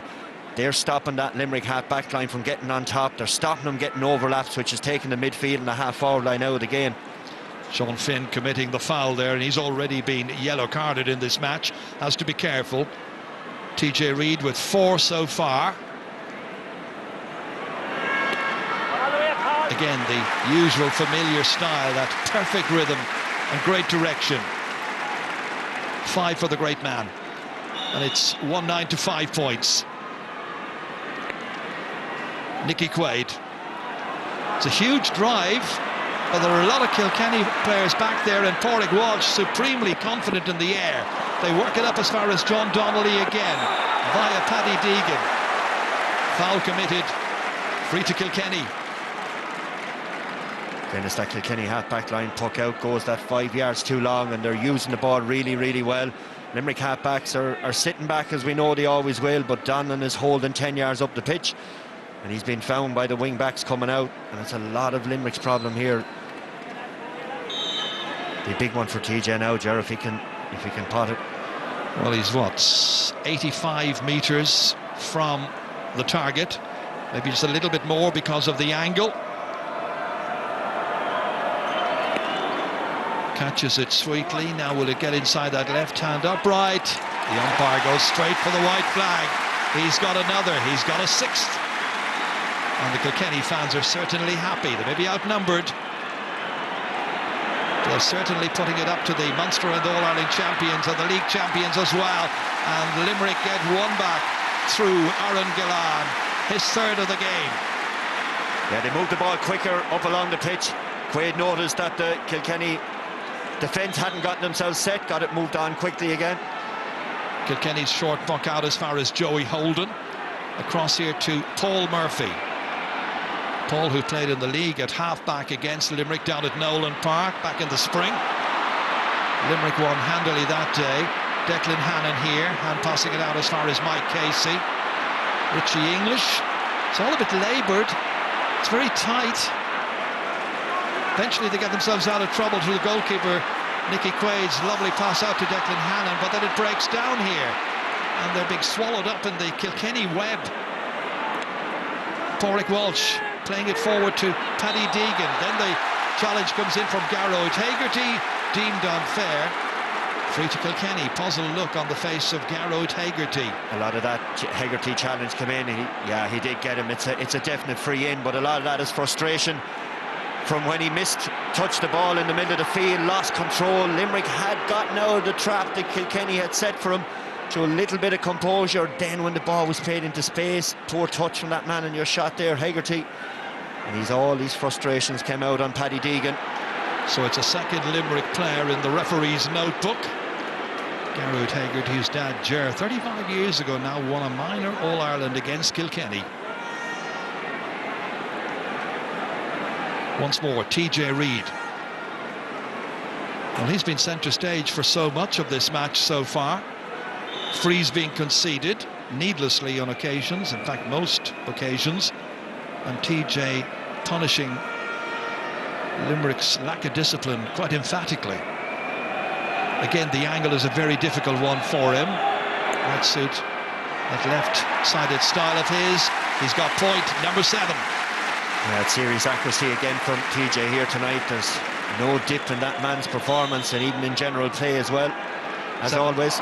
Oh, that's a terrible puck out, and it breaks down, and then they manage to recover, and Declan Hannon gets it away. Out as far as Diarmaid Byrnes. It's not the Limerick we have been seeing for most of the championship, but here comes Graham Mulcahy, and he's always good for a score or 2 or 3, and he's got 2 already. This time it's Joey Holden. Joey Holden saying he didn't foul him, and it's soft enough there too, in fairness to Joey Holden. I didn't think it was overly high, but it's a free that Limerick desperately need. But just as that ball was being played in over, Joey Holden was being really cute. He moved back into that drop back position to make sure there was no hole in the front of defence. He got an opportunity to hold up Mulcahy coming in. Once again, Aaron Gillan. 4 points in the match so far, 2 of those from frees. Man of the match 2 years ago when the teams played at Kilkenny and Limerick in an under-21 final, I remember, down in Thurles. Big huge puck out once again, down there for TJ and Walter and the rest, along with Richie Hogan to try and win. But Garrod Hegarty, the half-forwards, back with the half-backs, helping out, taking it out of trouble, until Paddy Deegan intervenes here, up towards Colin Fennelly once again, lost by the full-back. Dan Morrissey comes across to recover and take it away from trouble. Out as far as Mike Casey. Casey managing to get it away, but none of the Limerick backs are able to get the ball away clearly and easily and efficiently without the pressure coming in from the forwards.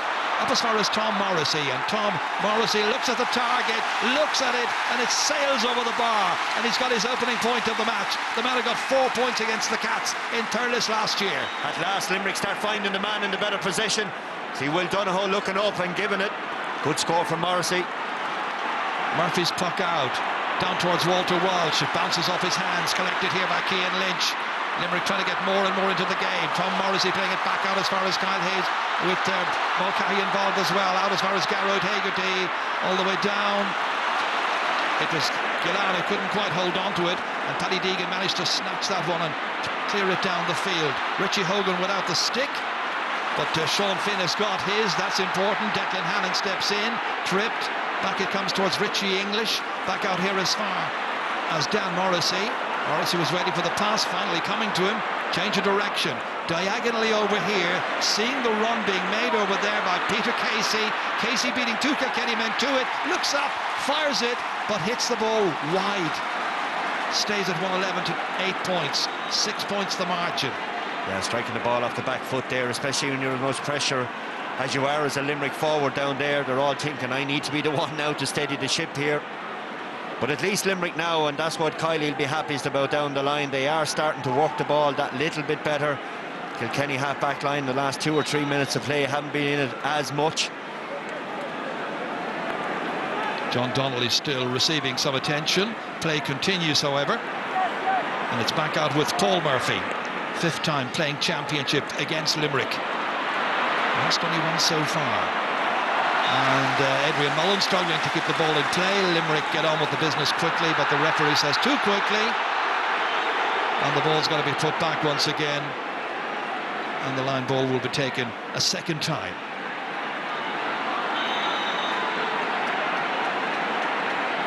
Standing over this one is Diarmaid Byrnes. One of 11 scorers. The last time that Limerick played and beat Kilkenny in the championship. Yeah, Mullins aside to tie his lace right in front of where it's going to be taken, driving Limerick fans mad and fueling the Kilkenny fire. Limerick managed to retain it. Dan Morrissey. Oh, it's a bad ball intended for his brother, but he finally manages to kick it up to him. And here comes Tom, the younger of the 2 Morrisseys. Striking, under pressure, ball going away from goal. and it's wide, number 7. That's all Walter Welsh, Gerard. That is all Walter Welsh. He worked back, wouldn't let him go, and got in the hook. Joey Holden over towards Adrian Mullen, has managed to complete the tying up of the laces. Chases after Declan Hannon. Back out as far as Diarmaid Byrnes. Kilkenny with cover, plenty of cover back there. Collecting it here is Paul Murphy, ever assured. Nice distribution in as far as TJ Reid, surrounded, waiting to get a whistle, a favourable whistle, none coming, and eventually there is one, but it's got to be against the Cats, and TJ is not one bit pleased. He felt he was being fouled. Alan Kelly, referee from Galway, not impressed. See a bit closer there with what Alan Kelly was looking at. Limerick, in fairness, I don't think he threw it either, fairness to TJ there, but it's another little opportunity now for Aaron Gillan to keep the scoreboard ticking. 4 minutes to go to half-time. They need to eat into that lead, and they need to hope that they will have a very, very good second half, and that Kilkenny will fade. No indications of that so far. Aaron Gillan, to add to the 4 points he's already scored. From 60 metres out, low trajectory, but it just got over the crossbar, and that's the important part. I'll tell you how nervy it's gone for the All-Ireland champions when Aaron Gillan, everyone's holding their breath as he's lifting the ball to hit it. It's a nervy occasion for everybody and anybody. August the 18th, when the All-Ireland hurling final will be played here at Croke Park. And the team's looking for the ticket to get there. Walter Welsh, so strong in the air, out as far as TJ Reid, again shortening the grip on the stick. It doesn't travel the requisite distance. Nicky Quaid able to get it away, but under pressure there, as you can see, from Colin Fennelly.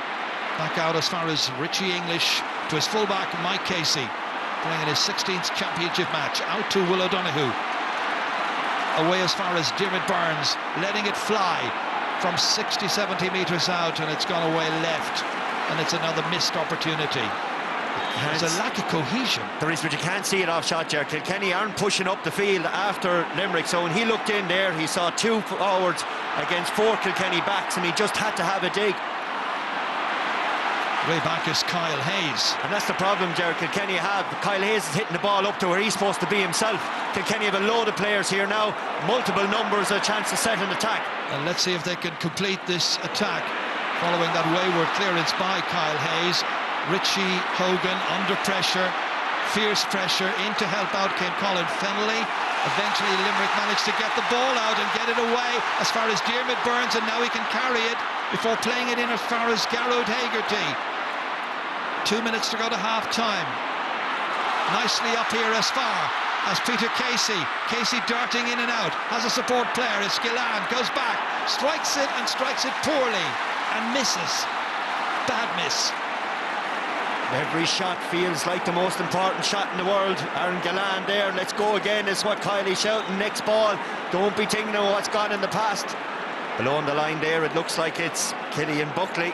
Yeah, Killian is being prepared to come in very late in this first half. Mike Casey able to come mop this one up. Pursued there by John Donnelly. Showed too much of it to Donnelly. Far too much of it. Richie Hogan tried to get to it. Casey goes back again, wins it, and the referee saw him holding, and it's going to be a free out. And here comes the change now, and it is Richie Leahy, we didn't really mention in the match so far, and off he goes, and it's Killian Buckley who comes on in his stead. All of that, as you can see, after 34 minutes. And it's time to come off, it's time to come off in Brian Cody's book. He won't wait till half-time, which is only a couple of minutes away. Well, his job is to win the match and get his team into another All-Ireland final. Diarmaid Byrnes. Big, huge run down towards Gillan. Reaching out for there was Hugh Lawler. And the referee is giving a penalty. He's decided that Hugh Lawler has fouled Gillan. Yeah, he's claiming it's an arm over the top, and Gillan, I think that's just the cut and thrust of the way it goes there. Hugh Lawler's a bit confused. The left arm is there. Gillan is holding his hurley. Oh, it's a harsh enough one, I think, is it? Gillan has his hurley in his left hand. Hugh Lawler has the arm around the left neck, and that's what around his neck, and that's what the referee has seen. Alan Kelly, and that's why he's given the penalty. If it happened in the middle of the field, it would have been a free anyway, wouldn't it? It would, and in fairness to him, he was eagle-eyed enough. He had his left arm over the back of Aaron Galland's neck. This is a huge moment in the game now, John. It sure is. It's come in stoppage time. Penalty for Limerick. Aaron Galland must go for it and scores a bullet. Lifeline, fair play to Aaron Galland, standing up against the best goalie in the country. It's a 2-point game. It's Kilkenny 1-11. It's Limerick 1-9. Did he strike her from outside the 21, Gerard? That's just the question. We'll get a chance to see it again, but right now it's counting. Great goal. All the way up here it comes, and this is Hugh Lawler. Well, I think he's absolutely frustrated by the concession of the penalty at the other end and wanted to make amends. It comes out to John Donnelly here. Killian Buckley's first intervention here. Challenged strongly there by Cian Lynch. It's ferociously intense, and this is in the last few moments of this first half. Not to mention what we can expect to see in the second 35. Graham Mulcahy bottled up there. Won back again by Kilkenny. An opportunity maybe for Richie Hogan, possibly to get the last score of the first half. Played in as far as Colin Fennelly. Fennelly still a menacing figure in there, picking it up on his hands and knees and getting that ball away is Sean Finn. Finn struggling, stumbling, managing to feed it out. Intended there for Dan Morrissey. Here comes TJ Reid. Reid looking to lay it off to a loose player. The loose player is Killian Buckley. Good vision to pick out the man coming forward here, Richie Hogan, and Hogan outside the D fires it over the bar. First point of the match for Richie Hogan, and everybody in the inside forward line is now scored, and 5 out of the 6 forwards have. This is the penalty again. The shot from Aaron Galland. Absolute rocket. Or Murphy had to try to pick a side, just picked the wrong one. Good response from Kilkenny though, Ger. Superb response.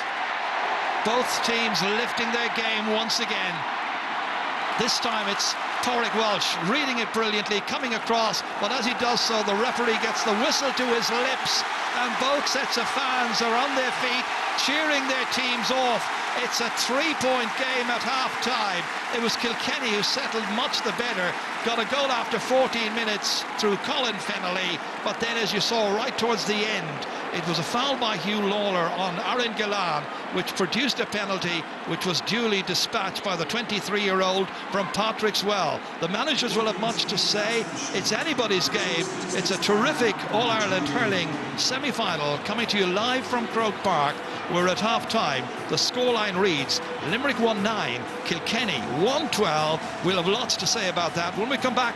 Just a moment.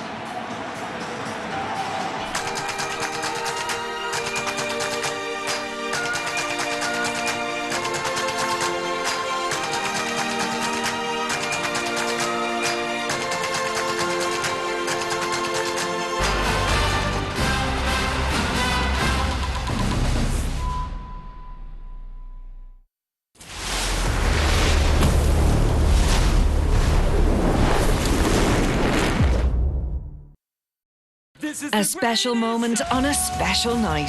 So you're a big man for GAA? I am. Huge. And who's your favourite manager? David Fitzgerald. David Fitz, ladies and gentlemen! I'd like you to come, maybe speak to the team before we go out. I hope my speech will make a difference. What if I lose my lines? What do I do? If you have a fear, be brave and just do it. When Michael met Davy, Monday, August 5th on RTE1.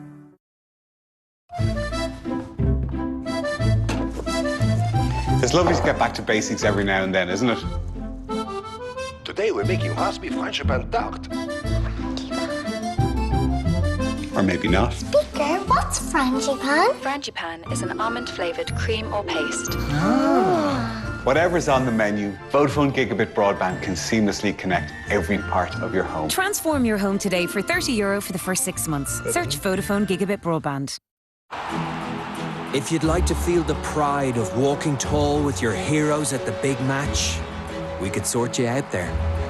For unmissable hurling experiences with Bord Gáis Energy Rewards Club, sign up today at bordgaisenergy.ie. It helps if it's Bord Gáis Energy.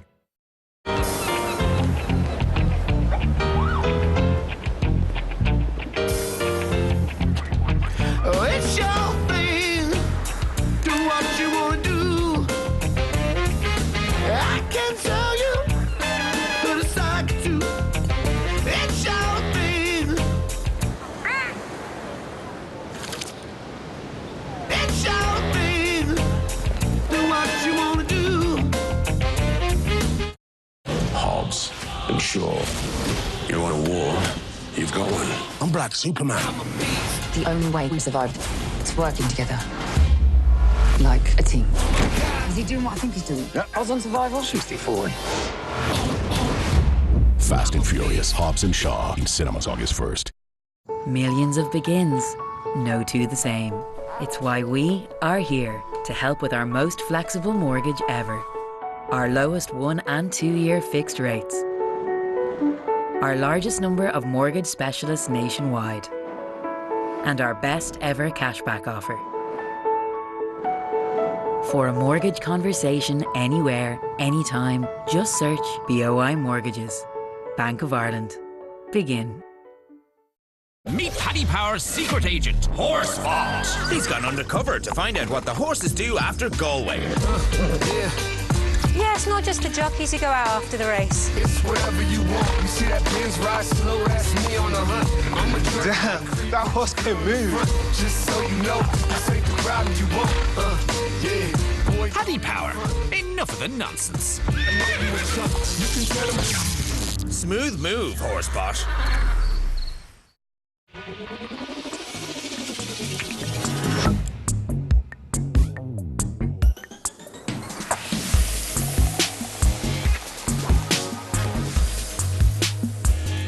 Seven Up Free. Great 7 Up taste, free of sugar. Feels good to be free. Little Woods Ireland, proud sponsor of the GAA Hurling Championship.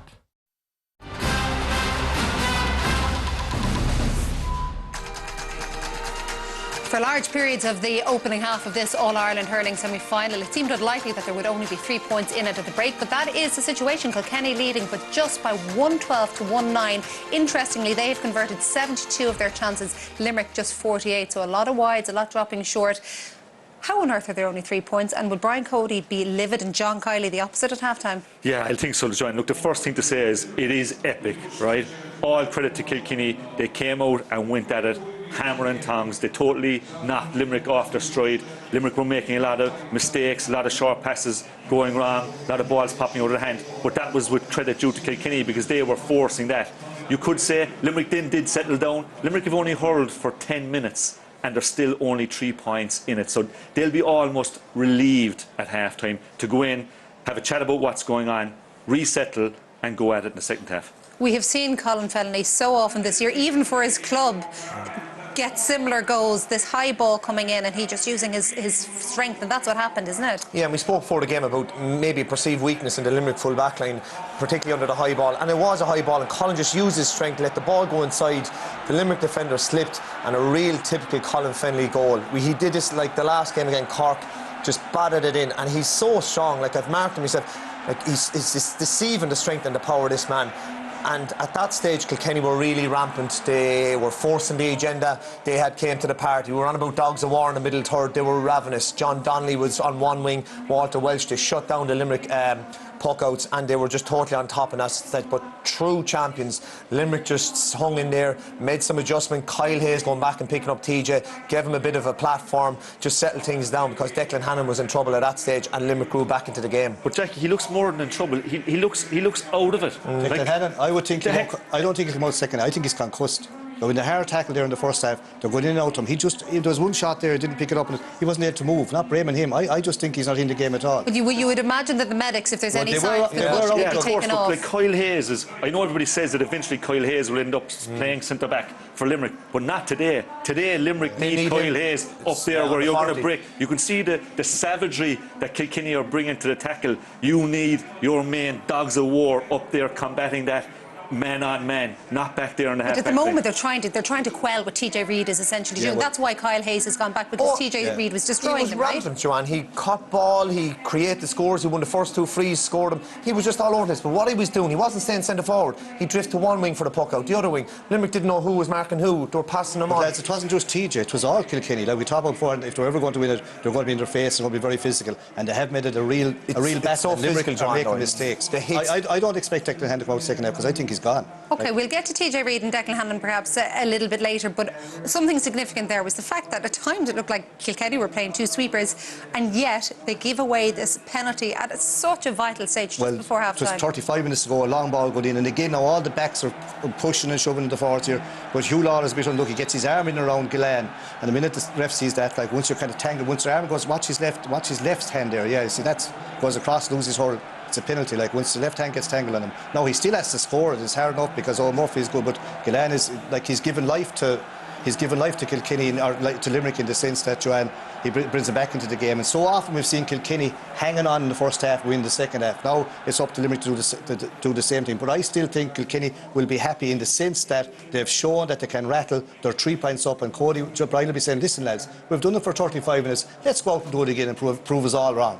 OK, we'll see. It has been an absolutely brilliant first half. We are expecting more in the second half, which is coming up after the break, and with your latest chance to win with our competition.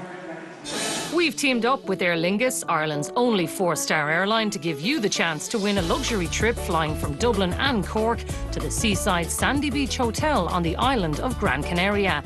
You and a friend will enjoy 5 nights of luxury overlooking the Atlantic Ocean, situated alongside the beautiful sunny beaches and surroundings of Playa del Ingles. You'll be treated to dinner each evening and have access to the spa on site, tennis courts and lots more.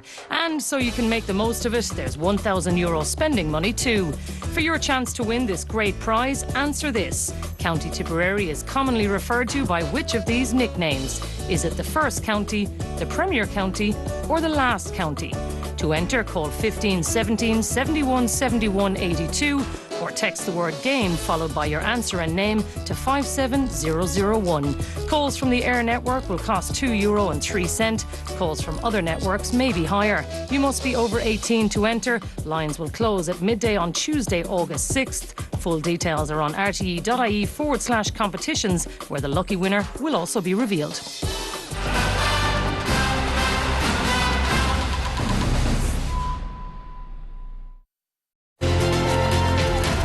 Centra. We are hurling.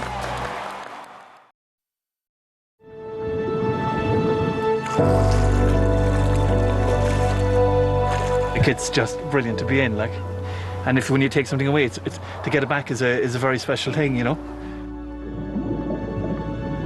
Whatever about anything else, you know, the chair doesn't matter. I don't have to watch where my hands are, what I'm pushing or anything. It just, you go out and you swim and you're free.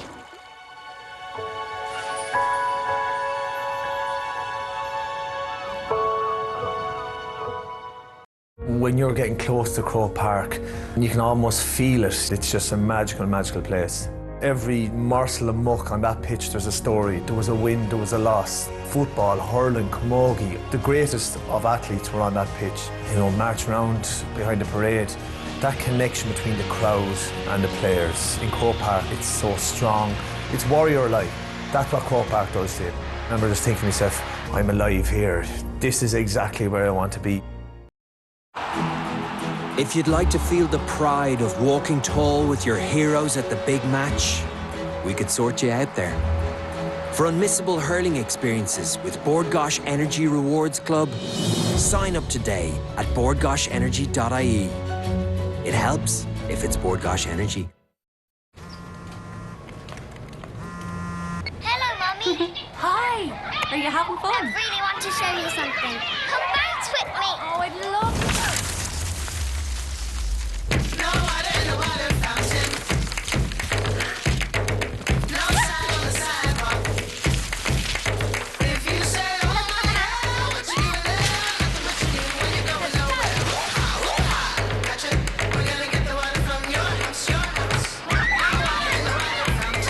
Be there even when you can't, on the network that's built for data. Now with 97% 4G population coverage. 3. Make it count. Have a night. World Cup, I'll be there. I'll see you there. I'm on my way. Air Sport is the only place to see all 48 games of the Rugby World Cup live, so you don't have to go to Japan. Come on in. This is the home of the Rugby World Cup in Ireland. Air, let's make possible. It takes a nation to make a national sport. Hurling is what we are. We are supporters. We are the future. We are players. We are kitmen. We are stewards. We are centre. We are hurling. Here's the All-Ireland semi-final stat of the half. From Sure, official statistics partner of the GAA. We live by a code, and the code is this. Follow the fox. Let curiosity reign. Honor your instincts. Maximize time with mates. Fox it. Orchard Thieves Cider.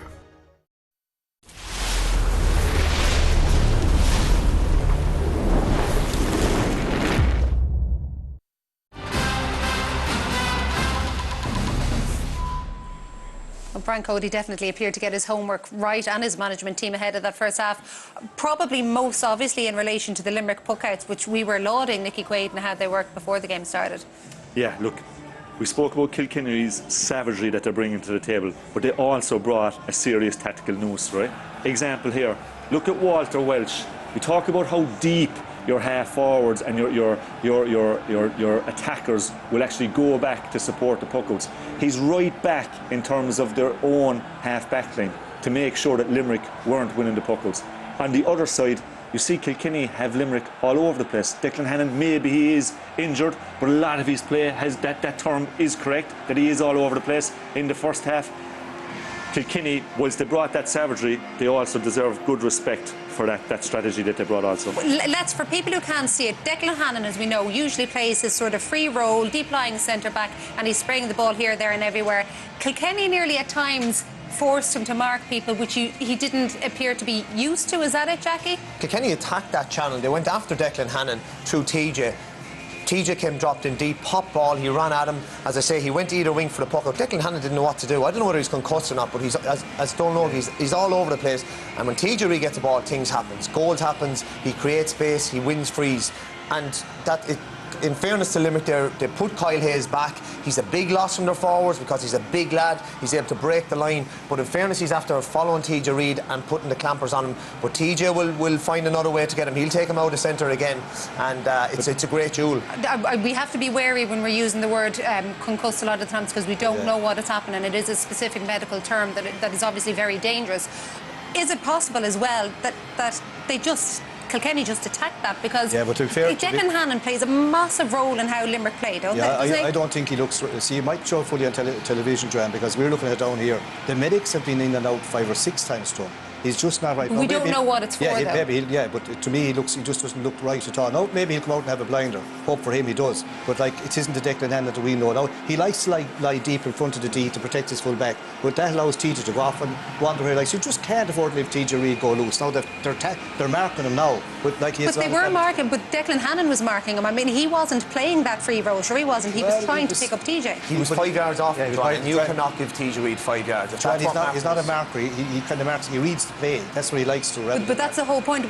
Did Limerick instigate the fact that he was going to be a marker instead of his usual role, or did Kilkenny force him into it? That's really the question. I'd say Kilkenny forced him into it because Limerick, as you said before, and the only word about themselves, they thought that they'd be good enough to get away with their game the whole time. Now they have a lot of unforced errors as well, and if they get them right, they're back in the game. But Brian Cody will be happy with the first half. Can sustain that, they're going to have a great victory.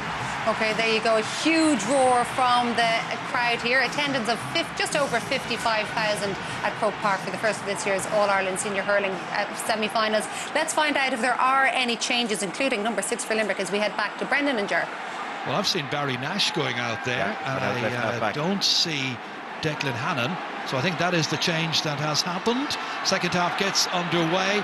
The conversion rate in the first half was interesting, 72% against 48%. And yet, of course, Limerick are now very much back in the hunt for a place in this year's All-Ireland final. Conor Brown left it behind to Tom Morrissey here, and Morrissey looking to get an early strike in the start of the second half, collected by Owen Murphy. Back down along here. It was Diarmaid Byrnes who was trying to prod it back, but it's Richie Hogan instead who plays it in over the head of Adrian Mullen, going back to collect Barry Nash. So Nash confirmed on in place of the injured Declan Hannon. Garrod Hegarty can't take this one. Instead it is Pádraig Welch. Scored a wonderful point in the first half. Back out as far as TJ Reid, who's been mesmerising some of the Limerick half-backs, certainly during that first 20-25 minutes. This time it's Adrian Mullen. Across here as far as Killian Buckley. Buckley playing it in to Richie Hogan. Hogan trying to dart in past Byrnes, helped out here by Colin Fennelly, and Fennelly strikes it up and puts it over the bar. A goal and a point for Colin Fennelly. It's exactly the start Kilkenny would have wanted. Getting good ball in front of Richie. He's going for the juggler. He'll tell you the confidence Kilkenny have now. But this time Fennelly just opens the face of the hurley and puts it over the bar. Well, that penalty, of course, for Limerick coming so late in the first half has given them renewed hope. Barry Nash trying to look out for Peter Casey here, trying to pick him out. Casey's lost the stick. Back to Graham Mulcahy. Nice footwork. Back out into space here to Gillane, and Gillane strikes, and they go point for point at the start of the second half, and Aaron Gillane has got a goal and 6. 3 between them. Yeah, and already we can see what Barry's going to give Barry Nash to the Limerick forwards. He's going to use the ball very smart. He's a lovely hurler, Jaron. If he gets to get his head up, he'll put good ball into the Limerick forward line. Murphy's puck out down towards TJ Reid, couldn't contain it, however. It's Richie English instead, helped out by Will O'Donoghue. Donoghue onto Nash, and down he goes. A loose blow there connecting with him. He's only on the field a very short while. Killian Buckley, the player who was close to him there. They expect the yellow card, and again already you can see the difference. There was something obviously wrong with Declan Hannon in that first half. He wasn't driving forward, but we see now Nash is getting the ball. He's looking to go on the front foot. Oof! It's just a graze of the elbow. Challenge. Yeah, it is. It's a sore one. He had the elbow high there as well. I mean, Buckley is looking up. Gets away with a yellow. Yeah, he is. He came in and the elbow is up, a yellow card. But that man there has made an impact already. We're only 3 minutes into this second half, and he's already shown the energy that's needed for Kiley there on the line to get his troops back into the game again. So a new challenge for Brian Cody.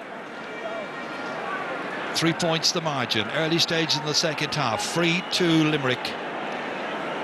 Incidentally, that Limerick penalty, people asking whether or not the ball was inside, outside, and the foot inside or outside the 20-metre line. The important part here, of course, is that the ball must not be inside the 20 metres.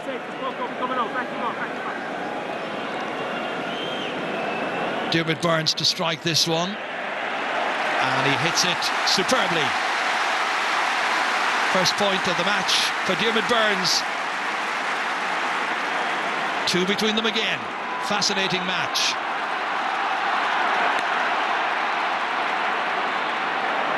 All the way down towards Walter Welch, sails in over his head. Collected here instead. Garrod Hegarty beautifully back in as far as Lynch. Cian Lynch sets it in there towards his pal Aaron Gillane, and they combine but fail to end with a score. The two Patrick Swell players. Yes, that shooting accuracy again. You mentioned, Jared, the start of the second half, only 40%, 48% conversion, just not near enough. Paul Murphy for the Cats, down towards Colin Fennelly once again. It breaks to TJ Reid. Can he finish here? Held up initially anyway, and the backs get around him quickly, and the referee has blown his whistle, and it's going to be a free in for Kilkenny. TJ Reid very nearly in the clear there. He's onto every break. There's many times he's inside the goal, seeing a high ball coming down. Next thing out of nowhere, TJ appears onto the break. He's done it there again, and Limerick defence scrambling back, had to pull him back. But a miss at one end and then an opportunity at the other, where TJ makes dead sure he's going for the heart of the Limerick defence, and it gives him an opportunity now to extend the lead. So an opportunity for TJ to add to the 7 that he got in the opening 35-36 minutes, just in case he would go for a goal. Don't think he will. Be quite happy to pop this one over. Early stages in the match, only 5 minutes into the second half. in front of a crowd of just over 55,000, tagging on the score. All of his points today have been from place balls, 7 from frees, 1 from a sideline cut. This comes out once again as far as Diarmaid Byrnes, looking to try and play it in there as far as Tom Morrissey. Scored once in the first half, hooked brilliantly that time. Really hard work being demonstrated. Out it comes to Kyle Hayes, into the clear here. O'Donoghue trying to get onto it and over the legs of his opponent from Kilkenny, from Pádraig Welsh. Free in the outcome. Yeah, good. O'Donoghue has been real the help, I suppose, from Limerick after they lost that first game in the Gaelic grounds against Cork. He's come in and he's been really good, and that's what Limerick will obviously need. They'll need their midfielders coming through that channel there to support the half-forward line when they get possession, because the tackling that Kilkenny are putting in there is serious, and it's very, very hard to get your head up. Another important moment for Aaron Gillan, taking the pressure on his shoulders. Lovely striking action, rarely misses, still has to be done, and it's a goal and 7. So 2 between them. Yeah, Limerick are I suppose, Kilkenny, like in the past, you'd say they should be 6 or 7 down, Jerry. But looking at the scoreboard, obviously there's only 2 in it, so they'll be happy enough, having played brilliantly well, to be still very much in the hunt. Their scoring rate has increased immeasurably, Limerick. It's now at about 50% after a poor early start, but much better in the last 10 minutes of the actual play. Here they come again. That goes a little bit loose, and then it goes completely astray, and it's picked up by Adrian Mullen. From a promising situation, now they're back having to defend, and it's Richie Hogan here, trying to keep it away from Dan Morrissey, looking for a support player to come and help. It's Adrian Mullen, again surrounded by Limerick defenders there. They got back very quickly. Chance to win it back. It's Mulcahy in the thick of the action. It really is a bit of a dogfight on occasions, but they're all standing up strongly, and it's Cian Lynch once again trying to go past the opposing centre-half back, Pádraig Welsh. Graham Mulcahy trying to get to it, 45 metres out from the target, taken from him by Paddy Deegan, then he runs into Tom Morrissey, finally without the helmet, gets the ball away, can't do that, so the referee will bring the play back.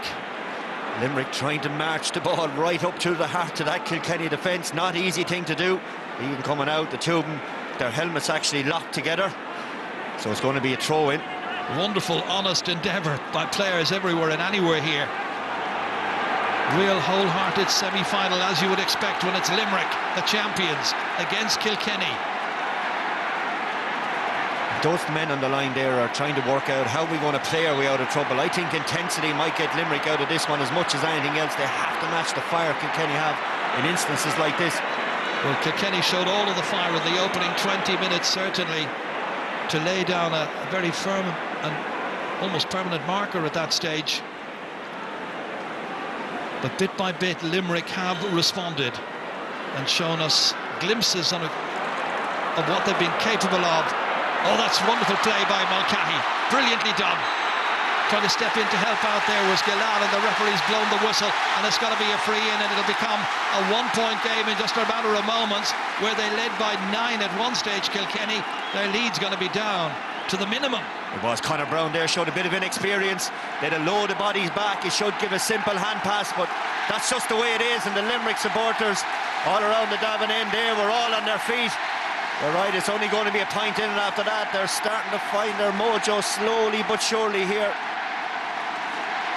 Gillan once again. 1-7 now becomes 1-8. And it's 1-14 for Kilkenny. It is 1-13 for Limerick. And we've just about played 10 minutes of the second half. Owen Murphy and Kilkenny now looking for a response, looking to threaten at the other end. And TJ Reid, the most threatening. Hand passing it back here. A chance to put this one over the bar. Accurately done, beautifully done. Well, it's what you expect from Adrian Mullen and the form he's been in this year. And Limerick, Joe, would have known that puck out's coming down on top of TJ Reid, the same as everybody has done the last 10 years, but there's nothing you can do about it. He just gets in his hand, finds room, pass it out to young Mullen and over the bar. Coming on is Bill Sheehan. and it's Richie Hogan who's going off. Corner forward for corner forward. Dan Morrissey, by the way, is the one who is picking up TJ Reid. Barry Nash, meanwhile, first of the changes made by Limerick at the break. Tom Morrissey comes forward, tries to get away from Conor Fogarty. Hand pass as far as Mulcahy. Oh, brilliant block. Superb timing that time. Joey Holden came in, but Limerick have it back again, and it's Mulcahy once more. This time back, sweeping, collecting. Pádraig Welsh looking to where a well-placed colleague is to be found, and out there is Paddy Deegan, put under pressure by Kyle Hayes. It's got to be a line ball to Limerick. Serious passage of play. Look at Joey Holden, and he got the follow-through onto the helmet. That doesn't matter, it's an All-Ireland semi-final, you don't even flinch. But the way he kept his eye on that ball, Hurley held into the position. He didn't swing it, he just made sure it got in the way.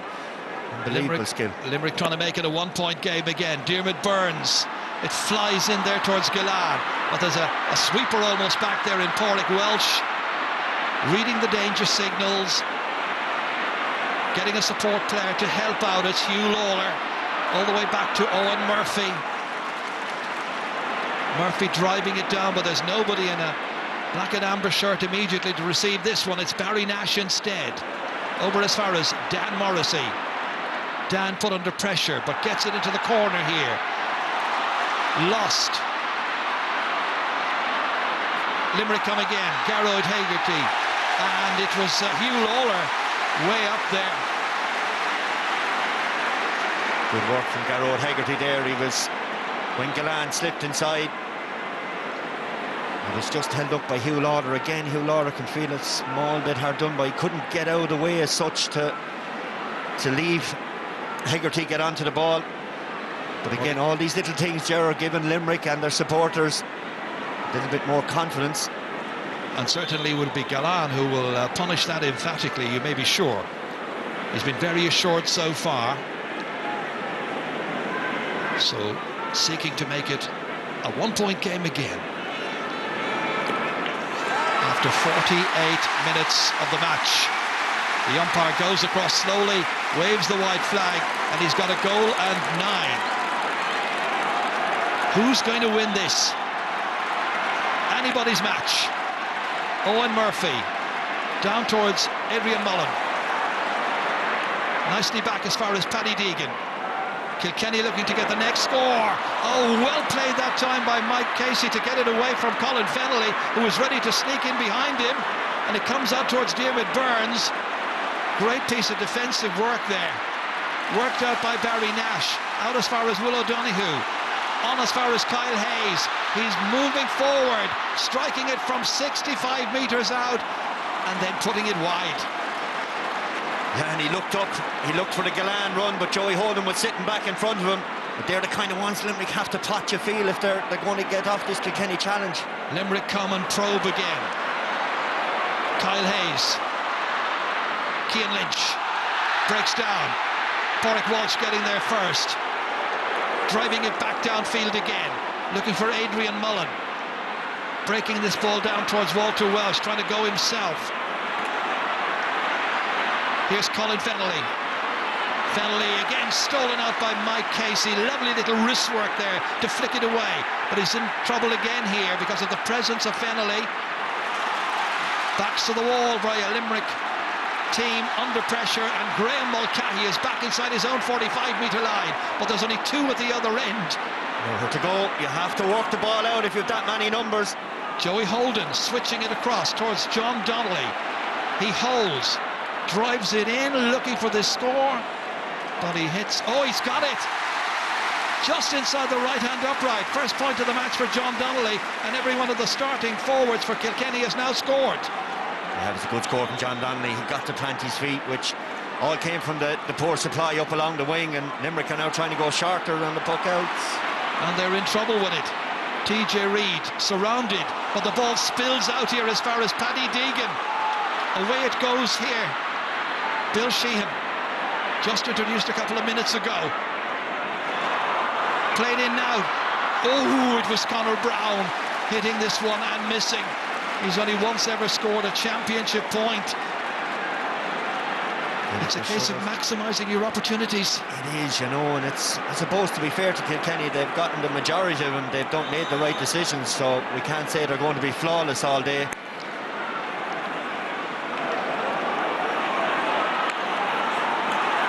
This time it's collected here by Pádraig Welch.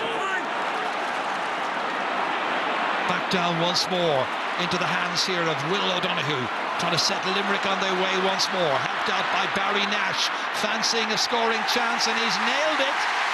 Barry Nash coming up here, substitute, getting his 7th ever championship point in his 11th championship game, and he has made it a 1-point match once more. In a game like this, for your half-back line, he'll get those opportunities going forward. Barry Nash is the ideal man for the job. He's done really well. Kilkenny now all of a sudden they brought in Billy Ryan now, who's been introduced to the fray. Billy Ryan and Bill Sheehan introduced in the last few minutes. Once again, it's Walter Welch. Out it pops. Taken down here is Adrian Mullen. Play continues. TJ Reid. You're getting nothing lightly in this game, that's for sure. It's brilliant. Paddy Deegan. Nicely across as far as Conor Brown. Ooh, trying to kick it. Anywhere will do. The intensity of it all. The sheer determination by both sets of players to get the ticket to the All-Ireland hurling final in 3 weeks' time. And Kilkenny are coming again. And it's Conor Fogarty. The Cats ahead by 1. And that is still the situation. Exact same position Jerry had against Cork a few weeks back. He got a 2 from out there. Limerick are on the roll straight away. Barry Nash driving it up towards Aaron Gillan. Tries to move away from goal, but as he does, so too does his marker, the fullback, Hugh Lawler. And Hugh Lawler didn't hear the whistle, but there's got to be a free out. He's been a very steady presence, Hugh Lawler, this year in the championship. Aaron Gillan trying to get the next score, but still one between them. Super defendant from Hugh Lawler. He found himself one-on-one with Aaron Gillan. James McGarry there in the background with Brian Cody. Part of a wonderful backroom team over the years, looking to get to another final. Murphy's long free towards TJ Reid, spills out to Sean Finn of Limerick. Collected at the second attempt by Peter Casey. Nicely forward, and that one has gone wide, and it's a miss. Gearóid Hegarty had the opportunity. Long way out. Yes, and he's forced to shoot, because when he looks up, there's only 2 marking 3 inside, and Kilkenny now decided, Limerick, and said, go on, if you can hit the ball over from 70 yards 5 or 6 more times in this game to win the match. There's a wonderful raw edge to the game, isn't there? Again, Limerick tried to win that ball in their own half-back line. Under pressure, TJ Reid picking it up, and then it's knocked away from him by Kyle Hayes, the Kildimo man, into space. There's nobody there in a Limerick shirt. Gillan's trying to race against 2 or 3 Kilkenny players. Outnumbered, however, given little chance. Backed by Deegan as far as the goalkeeper, and Owen Murphy can begin the counter-offensive. Whoops. Conor Fogarty took it down, gets away from Hegarty. Next challenge is from Graham Mulcahy. Still going, Conor Fogarty. Played in beautifully. Collected here well by Adrian Mullen. Mullen steadies himself and eases that ball over the bar, and he's got a 3rd point in the match. And Kilkenny stretch their lead to 2. Here's a great ball into Mullen. He caught it. It's like he's playing in his 10th championship here. The composure he had there. Put the ball over the bar. I think Limerick below are going to look to bring on the cavalry. They're starting to right the slip below, so they'll be making changes shortly. We're heading towards 15, 16 minutes still to go. The champions' title is on the line from last year. Will they manage to win this knockout game here at the semi-final stage? Joey Holden keeping it away from Cian Lynch, out as far as TJ Reid, beautifully in as far as Colin Fennelly, the full forward, taking on his man who is Sean Finn. He's got a goal already, and now he's got a goal and 2 points. Great performance by Colin Fennelly. And as that ball went in, I was looking below at John Kiley. He had the hands in his head. Fennelly got one-on-one inside with the Limerick full back line, Sean Finn. No choice really but to pull him down. A timely reminder from Kilkenny's point of view that you simply can't ignore them. Walter Welch, that's a huge drive, but it's a poor one at that, giving the inside forwards no chance. Apologising to all around him. Shane Dowling is going to be Limerick's first roll of the dice, I suppose, to see can they turn the tide on this one, because Kilkenny are certainly going quite well now. Mike Casey down as far as Gillard, drops it, and Hugh Lawler picks it up, and he's been brilliant. And that has gone out over the line. It'll be a line ball to Limerick. So here comes Shane Dowling. He's on. Player going off is Garrod Hegarty. Well, he's got about 15 minutes in which to make a major impact, as he did last year. Disappointment for Garrod Hegarty, but Dowling on for his 32nd championship match in his 8th year. Line ball to be taken by Diarmuid Burns. Up towards Dowling. Under intense pressure there from Paddy Deegan.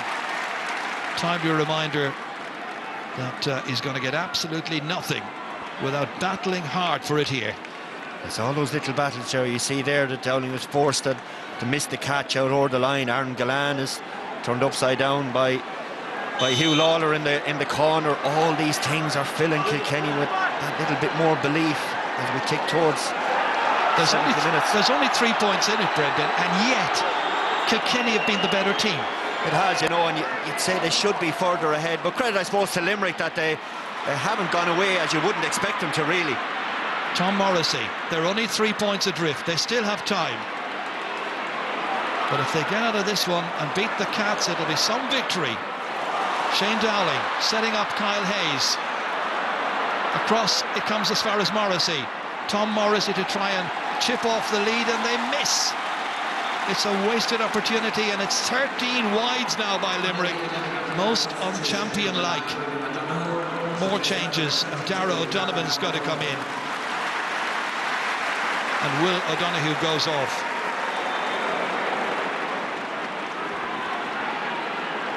Well, can Darragh O'Donovan, who was a star last year, and Shane Dowling, who was a star whenever he was called upon to come on and do his stuff, can they turn it around in Limerick's favour? They were the favourites going into this match, but once again, the fact that they didn't play since the Munster final, I think that's taken a little bit of the edge off them. That's a little bit, and I suppose it was hard for Kylie and Kinnerk below there and their team, but you have to credit Kilkenny here. They've come at this at 100 miles an hour. They've been absolutely fantastic, and they've suppressed anything Limerick have thrown at them so far. What do you expect from a Brian Cody team? You should have known that over the last 20-odd years. Walter Welch keeping it in play. Held on to by Adrian Mullen. Back it comes to one of the substitutes, that's Bill Sheehan. Worked across. Billy Ryan looking for it, couldn't get to it. Instead it's Tom Morrissey. They need to get the next score, Limerick. That's Darragh O'Donovan out over the line. It's going to be a line ball. Nothing's going right for them. You can see the Cats fans in the background there, sensing that this is going to be their day, and they're going to be back here in 3 weeks' time. It is. It's the pressure, like Billy Ryan made up 10-15 yards there to get across onto Darragh O'Donovan all the time, changing the picture that's in the Limerick players' heads, and we'll work it out of here, and you can't. Here's TJ Short. This one comes in as far as Billy Ryan. Colin Fennelly once again, always a menacing figure. And that is controlled beautifully, slipped up into the air and over the bar. Tremendous accuracy by Adrian Mullen. Last year it may have been Tom Morrissey getting 4 points. Today it's Mullen, one of the stars of Kilkenny, who lead by 4. And as you can see, we just have over 10 minutes to go. Limerick rattled. The champions in major danger of losing their title here in the semi-final. And Kilkenny are coming again. And it's in as far as Fennelly, and Fennelly 45 metres out, calm as you could like, prods it over the bar. He's got a goal on 3, and the Cats are surely on their way. Well, it's hard to know yet, but the work rate that Kilkenny are showing around that middle third. Killian Buckley again said, no, you're not going to walk the ball out of your defence like you normally do. Comes in, interrupts it onto Fennelly, cool as you like between the posts. That's 4 points in a row now by Kilkenny. Paddy Deegan back, neatly controlled by Mullen. He's come of age in this semi-final, that's for sure. On the ground there is Mike Casey. Referee continues the play and eventually blows his whistle, and he's got to throw it up. The constant frenzy and pressure that Kilkenny forward line are putting those defenders under has meant that any game plan that man there, biting the bottom of his lip, is wondering, what can we do next? I don't think a change can fix it for Limerick. I just needs a change of attitude somewhere out in the field. Somebody needs to do something to break the grip here and get one ball into Aaron Gallan and Casey. They haven't scored, Limerick, for 10 minutes. Cian Lynch, they need the next score, that's for sure. Will they get it? They might. Gallan's trying to go forward, stopped in his tracks, however, and again it is Pádraig Welsh. Kyle Hayes goes after him, trying to stop him, gets a little stick in, but the referee's blown the whistle. That sums up the day for me, Ger, what's after happening there. Aaron Gallan, or it was Kyle Hayes or Aaron Gallan in the middle of the pitch. It was Gallan who tried to tap the ball up in an All-Ireland semi-final. You're 4 points down, he tried to tap the ball up into his hand. Kilkenny fella says, no, I'm putting my body on the line, takes it off and goes back up the pitch and gives TJ Reid an opportunity now to put Kilkenny even further in front. But again, it just showed the attitude, Gerard, that Limerick have had today. It's been very lackadaisical. We knew coming into today's match, Brendan, that Kilkenny had the nucleus of the players that they had 4 years ago when he led them to their most recent All-Ireland success. A bit of a mixed bag, basically. Some inexperienced, some better than others and so on. But how he has moulded them into a winning combination, it's down to Cody, quite honestly, and the players. And that's gone wide, and that is very untypical. Keeps Limerick in it. Shows he's human after all. About 8 minutes to go of the 70. Richie English to Barry Nash. Closed down, surrounded. He's finding it almost impossible. It's like being caught in a mousetrap, and eventually they lose their way. Counted 5 Kilkenny forwards there, all got over around that man, Barry, and he just could not get out. They're suffocating this Limerick team like they've done so many times in the past. TJ Reid to take it, going short. They'll be well aware of the amount of time remaining. They've got a 5-point lead. It's theirs to lose it at this stage. But Limerick will have other ideas. Graham Mulcahy to feed it in here. I think the sun was in the eyes there of Aaron Gallan, rather unkindly, and Limerick are able to try and get it there with Killian Buckley. They've lost it, and here's an opportunity. It's Kyle Hayes. They need to get a goal. They get it. It's Shane Dowling, the man who rescued them so many times in the past, has done it again with 64 minutes. Hold the obituary. They're not dead just yet. Kilkenny defender ran across his own goals with the ball. Don't do that. And once you give it away, Dowling, he batted the ball into the corner. What an unbelievable finish that is. He didn't, he's batted it in. He just coolness personified. Right into the corner where Murphy couldn't reach it. That's the little break again. We had the goal before half-time. Tom Morrissey off, 2.5 forwards out, now sitting down. And Limerick somehow are only 2 points behind again with 7 minutes left. Liam Blanchfield is the most recent sub to come on.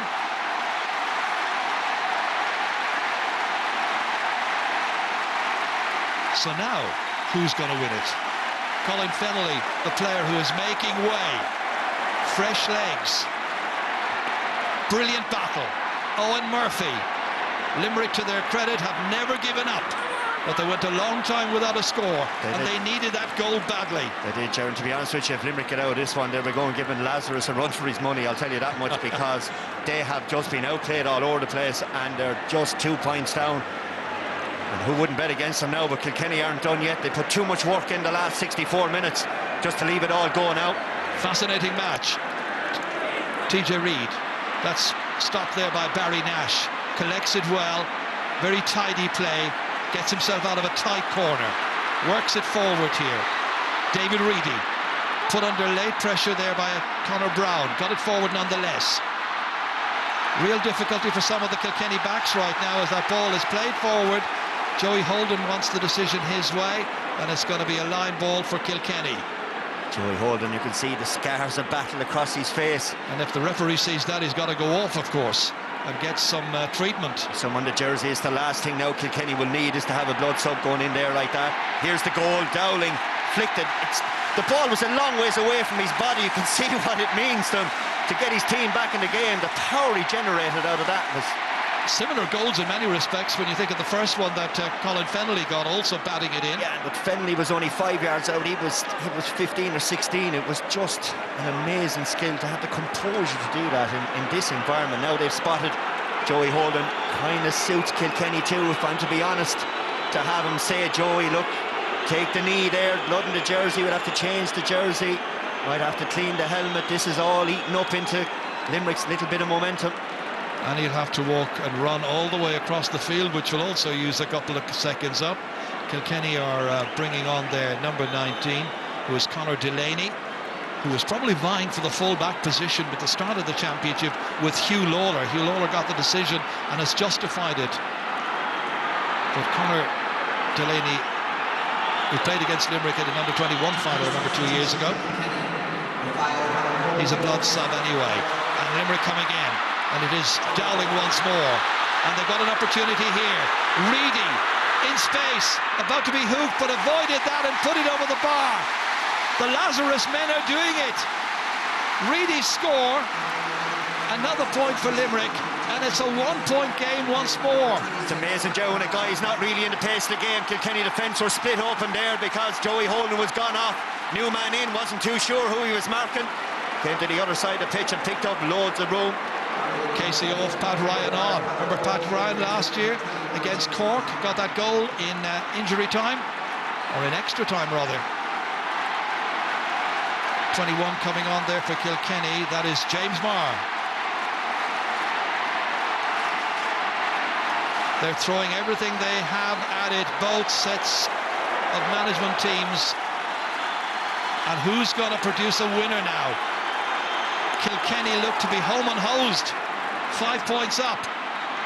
It's changed around. The next score is now so vital. Who's going to get it? Shane Dowling out over the sideline, but it will be a Limerick ball. Pressure on. Time remaining, as you can see, just under 3 minutes, plus maybe another 3 or 4 of injury time. Will his side get to the All-Ireland final for the second year in a row? Or can he foil them in the manner in which he has directed his forces throughout the afternoon so far? Pressure back on. Owen Murphy this time. And the referee saw it drag back, and everybody could see it as well. So it's got to be a free for Kilkenny. Great goalkeeping though, as that ball was coming a long ways back. Owen Murphy had left his line, he read it really well. Cool heads needed down on the pitch, and that man in your shot there is one that can provide that. Well, Limerick looking to get an equaliser, Kilkenny looking to get the next score and give themselves a tiny bit of breathing space. Kilkenny have it. Once again, it's Liam Blanchfield setting up an opportunity, maybe picking it up himself.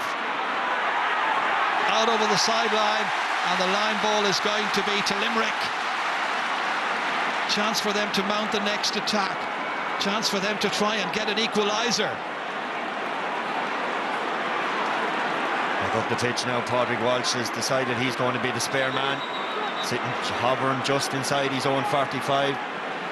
Darragh O'Donovan is going to take it. That's Joey Holden back on, bandaged and so on. New Jersey, the familiar sight of Joey back in the half-back line or corner-back position. Darragh O'Donovan anyway, taking this one. Brilliant catch in the air by Padraig Walsh. Denying Limerick possession. Helped out there by Buckley. Getting it away downfield. It's Richie English on his feet, holding the ball, tripped. He's got a free. He's pumped up. There's no need to pump up the 55,000 people who are in Croke Park right now, because the issue is very, very much in the balance. And Dermot Burns is hitting with a bit of a breeze at his back, so I reckon he'll have the legs on this one. He'll take the roof off the place, the Limerick supporters. If he can put it between the posts. 1 pointed free so far for him, Brendan. Huge moment now, as the game is about to tip into stoppage time. Still no sign of the fourth officials board to tell us how much more time we have left. I reckon about 95 metres from the target. It's moving, but it's going west and it's gone wide. 5 minutes of additional time. gives Limerick a chance, and those fans know it. Still an age left. 5 minutes is an awful long time. About 10 or 15 minutes ago, we're looking like the end of Limerick for this year's championship, but they have fought back gallantly. And now asking questions of Kilkenny, and TJ Reid plucking it from the air, sending it towards the goal area. Nicely collected in there, it almost breaks down. James Maher trying to get to it, and James Maher has it, swung around, shortens the grip on the stick, and puts it over the bar. What a substitution. James Maher comes in off the bench and does his stuff. TJ didn't go for the big point, he just put the ball into the danger area, asked the question of the inside back line of Limerick, and they didn't have the answer. Limerick hoping that they will have the answer at the other end. Dowling has it again, playing it forward here, an opportunity. Reedy, well saved and taken out for a 65. That's a brilliant stop by Owen Murphy, and eventually put away to safety out over the end line by Hugh Lawler. This was the chance. The angle wasn't great, but Murphy stood really strong there from Pat Ryan coming in. Remember last year with Anthony Nash, Pat Ryan just whizzed it past him, but this time just went low. You have to get closer. You must get closer to that goalie if you're going to stick it past him on that kind of an angle. Superb drama. We've already played nearly 2 minutes of the 5. Coming up a 65, the first of the game, to Limerick, and it's Diarmuid Burns who's got to take it. That was a brilliant stop by Owen Murphy from David Reedy. None of these are gimmies either, Ger, at this stage. None of these are gimmies. Has to put this one over the bar. Huge pressure, great accuracy, he's got it. It's a 1-point game again. What a match. 121 for Kilkenny, 217 for Limerick. John Kiley calling for all-out effort. It's now or nothing. 2.5 minutes to go or thereabouts. Cody's pointing down to Walter. Here it comes. All the way down towards Walter. Walter lets the hand up but misses. Can't get it. Trying to collect it, Dan Morrissey for Limerick, trying to come away with it. Possession so absolutely vital. And the referee stepping in. Kilkenny by 1. In it goes again. And this time, it's a little unclear as to who's going to get it. Blanchfield eventually managed to get to it, prodded away from him. It'll be a line ball to Kilkenny. Interesting to see what TJ will do here now. He's in the game a long time. If he goes for it and it goes wide, Quaid has a free puck of the ball and an opportunity up the other end. So it'll be interesting to see if he will try to work a short one or back himself. Well, he's taken the flag away and he's got to go short. And Kilkenny struggling to hold on to it. Eventually coming back out towards Kyle Hayes, 20 metres out from the end line. Dangerous moment, dangerous situation. Kilkenny applying the pressure, and it's Cian Lynch who comes out. Jersey pulled. Hand passes it out as far as David Reedy, who had the goal chance a little while ago. Up into the corner once more it comes and runs out of space. And a line ball for the Cats, and that will take some of the pressure off them and pile it on Limerick. Well, they're eating up the clock. Kylie's telling his troops to go forward. Even if Galan got that ball in there, he was outnumbered 3-1. Kilkenny weren't going to get caught on a counter-attack. The tension is unbelievable here. A 1-point game. 1 minute to go. Kilkenny hanging on. Who's going to get the ball? Well, the referee's got to get it and throw it in quickly. But all the while it is suiting Kilkenny. Defending defiantly.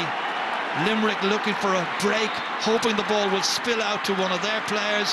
Instead it comes to Paddy Deegan, eventually taken up there by Joey Holden, away by Paul Murphy, from a Limerick player. It's going to be a Limerick line ball, and I just wonder whether or not it will be Dara O'Donovan, who's a bit of an expert on sideline cuts. Now, can he put this one over the bar from that angle? This to keep Limerick in the championship, I think, now, at this stage. He's only just come off the subs bench. He's going to have a go at it. Wide. And he's put it to the left. And they've missed. And the 5 minutes is up. He rushed it. He should have taken a little bit more time over it. I think he's appealing it came off a Kilkenny back. Owen Murphy in no particular hurry. John Kiley's championship win from last year. A happy memory, but now, is it all gone from them? It is! It's Kilkenny who have beaten the champions Limerick in the first of the All-Ireland hurling semi-finals.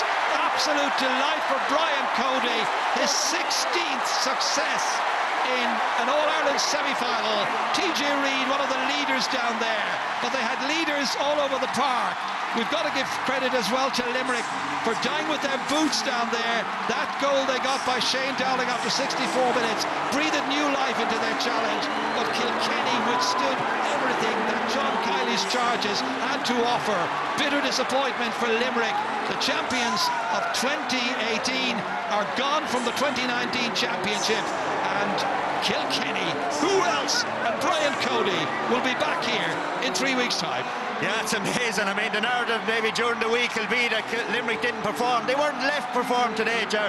The defensively, Brian Cody had his team set up absolutely perfect, and then you have the wizardry inside there of TJ Reid, you know, Mullen. They all contributed today. Padraig Walsh. It was just an unbelievable performance from Kilkenny.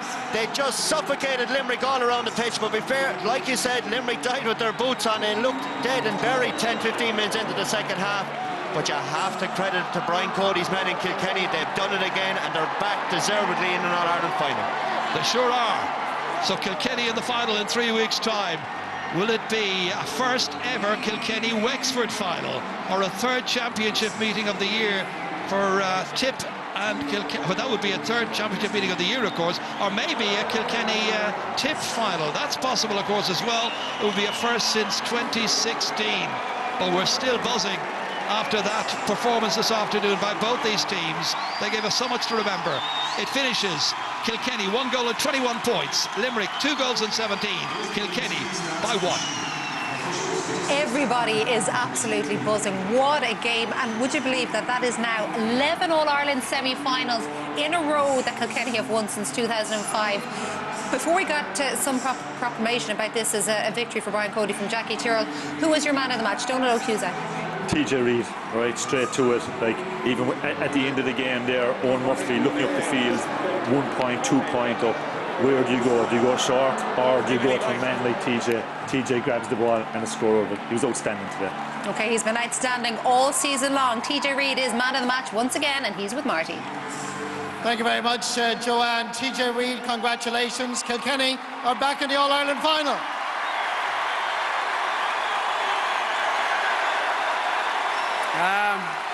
Yeah, unbelievable.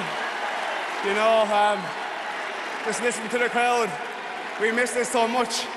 Last time we were here was 2016, so today was just a pure savage work rate from all the panel of players, subs, everyone. It was a massive effort. We didn't probably score as much as we liked it, but it was just the doggedness, the work rate, the hooks, the blocks, the flicks, the catches. It was unbelievable work rate from all the players. And that's the one thing that, when you mention Brian Cody and Kilkenny, it's about the work, the blocking, the hooking, and it was reflected in today's performance. You know, they're All-Ireland champions. If you don't outwork them, they're going to beat you on the scoreboard. And that's what we've done. It's the first half, first 15 minutes, we hurled very well. Probably got a little bit tired for the 10 minutes. And the second half, we went 5 points ahead. Shane Dowling, you know, goal, brought back again. But we knew it was going to be a massive battle, and it was. It went down to the final whistle. And, you know, for me, for the panel of players, management, Kilkenny, back in an All-Ireland final in 3 weeks' time. Can't wait. Neither can we. TJ Reid, you're the centre man of the match after scoring 8 points in this All-Ireland semi-final. Well done, TJ. And bizarrely, not one of those from play, but his work rate and everything he did all over the field today, as it has been all summer long. So impressive.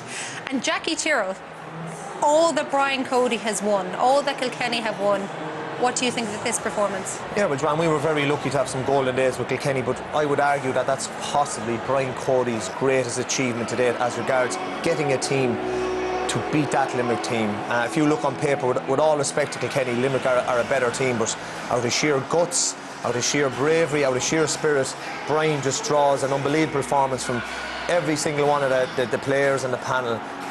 You know, and I would argue that that's probably Brian Cody's greatest performance as regards a team, and I'd have it up there with our 08 final win against Watford. And you can see what it means to all the players after. It was just born out of just a willingness not to give in. You know, Limerick came back with the goals and got the scores, and are great All-Ireland champions as they were, but Kilkenny just refused to give in. I thought Pádraig Welsh was outstanding. I just thought he typified that defiance that, you know, not today, Kilkenny were not going to lose, and it was just a great team performance. But once again, as well as being a team performance and as well as all this grit and this unwillingness to lose the game, again, did Cody and his management team, did he get everything spot on? And even when we thought that they might be annoyed at half-time because there was only 3 points. Yeah, he would be annoyed in the sense, but he still was in a great position. Joanne, you can't let a quality side or a quality county like Kilkenny, after 14 to 15 minutes, it was 1-7 to 2 points. They were completely on top, hurling out their skins, and had Limerick on the back foot the whole time. OK, Limerick came in before half-time. They got goals to keep them in the game, like Kilkenny often did. But still, Kilkenny were driving. And even when Limerick came back to the point, it was still Kilkenny drove on again. They were kind of the dominant force all day. We knew what they tried to do, but we didn't think to be able to do it, like that we were going to hit them ferociously within the rules, bring a savage intensity, but they have hurling as well, like, and they got even the likes of, say, Big Wally kind of going deep for the puck outs, John Donnelly going deep for the puck outs. That cut out the Limerick wing forwards, like, and you know, Pádraig Welsh, brilliant. And Adrian Mullen, okay, we're used to TJ, but Mullen's only a young guy. He was after coming on the stage at Ballyhale last year, and like out there he was playing like an old geezer, like you know, he got great scores, won balls in the air. I was surprised at Kilkenny. You know, they're very good in there, but I thought Limerick would beat them or match them at least in there. But I think they were cleaned out in there. Kilkenny were they are good in there, but they're absolutely brilliant again. Like Colin Finlay, he's around a long time with this fella, and yet like he's getting the same type of goal every day. You nearly know what he's going to do, and so do the backs, but they're not able to stop him. You'd have to put your hats off to them. And like as Jackie said, it's probably the greatest achievement ever, because like you're replacing icons of hurling, and now they're back in. He's won a league 2 years ago. Now he's back in the All-Ireland final, and who's to say he won't win it? And like, you know, the momentum is,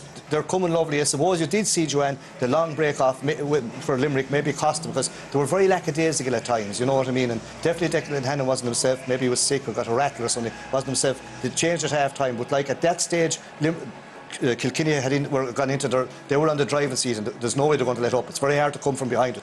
As somebody who's suffered and also imposed plenty of suffering on Brian Cody and Kilkenny, do you agree with what Jackie just said there and with what Cyril said then, that Limerick are the better team and this is possibly the greatest performance or achievement under Brian Cody? Yeah, but Kilkenny deserved the victory today. Like, there was no question Kilkenny deserved it. It's a very unbelievably harsh lesson for Limerick. I'm kind of even slow to say it because I don't want to take anything from that Kilkenny performance, but there was a casual element, especially at the start of the game, to Limerick in terms of maybe taking one or two too many passes, delaying a bit on the ball. Don't think so. I don't like that excuse myself, right? But going back to Kilkenny, like I'd say this is nearly now the fourth serious team. Before today, people were not saying this was a serious Kilkenny team, including myself, right? Hands up. And maybe they were suffering because they're being measured against the great teams that we know, right? But they don't have the same star power, do they? Outside of TJ? It's a results business, right? This is probably the fourth team that Cody has now turned into a serious. But another thing, Jackie, you have to question is, we're all raving, like, and I be at all the Munster games about the standard in Munster, and they are great games and they're very even. But when they come up here to Croke Park, they've won 2 out of the last 10 or 11 years now, you know what I mean? And like, this is where the All-Irelands or the semi-finals are won or lost. Now I know they come up against great teams, but like the question has to be asked, you know, maybe the standard in Munster isn't as good. They're good, but maybe it's as good as we think they are. OK, well, out of 19 All-Ireland senior semi-finals that Brian Cody has managed Kilkenny in, he's only ever lost 2 of them. That's some record. They are back to the All-Ireland final. More on this in just a minute.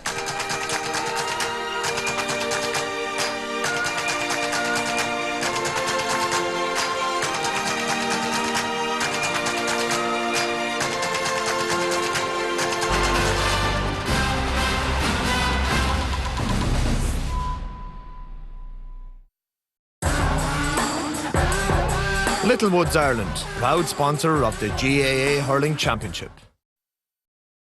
For a century and a half, the Galway Races has delivered thrilling racing and unrivaled crack. Steeped in tradition, offering everyone who comes here a unique and unforgettable experience. Festival fun where only the horses are in a hurry. Join us for 4 days of unmissable action as we celebrate the festival's 150th anniversary. It's Galway, it's great.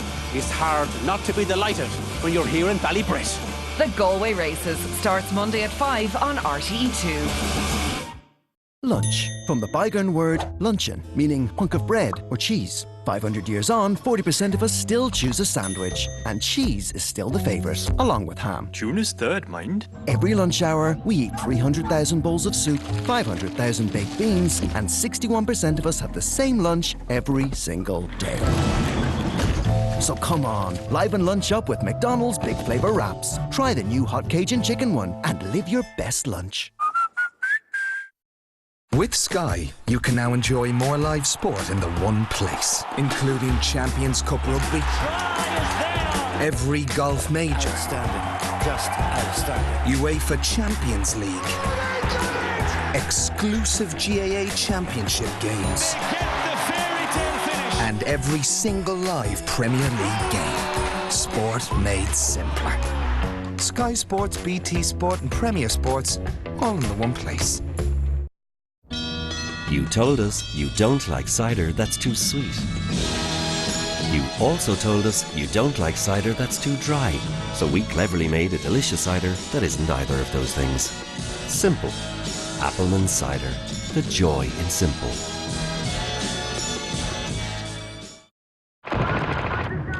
Lads, can we stick on the game? I want to see the tongue and haka. Hang on, let's just finish this level. Low, keep low. Watch out. Lads, who's the Emernator?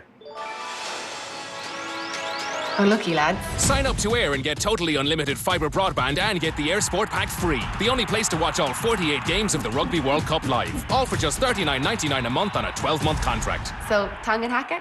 Air. Let's make possible. The Huawei P30 Pro.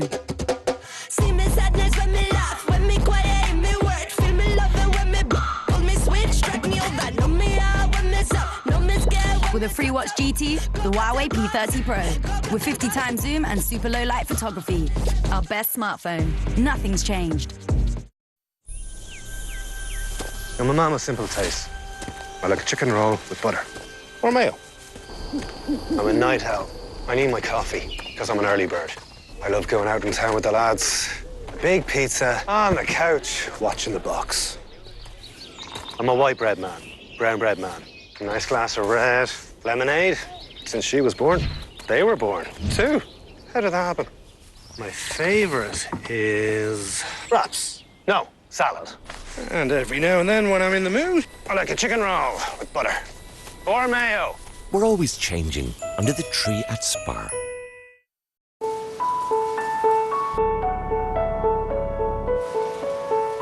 Millions of begins. And off we go. No two the same. It's why we are here.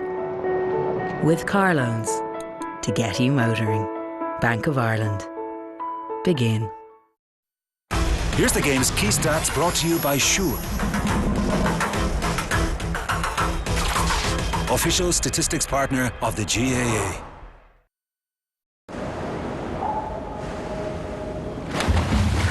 Once in your life, you have to do something epic.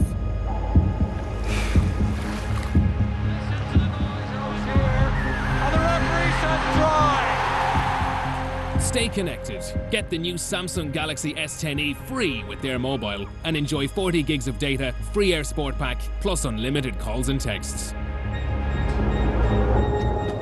Air. Let's make possible. Centra. We are hurling.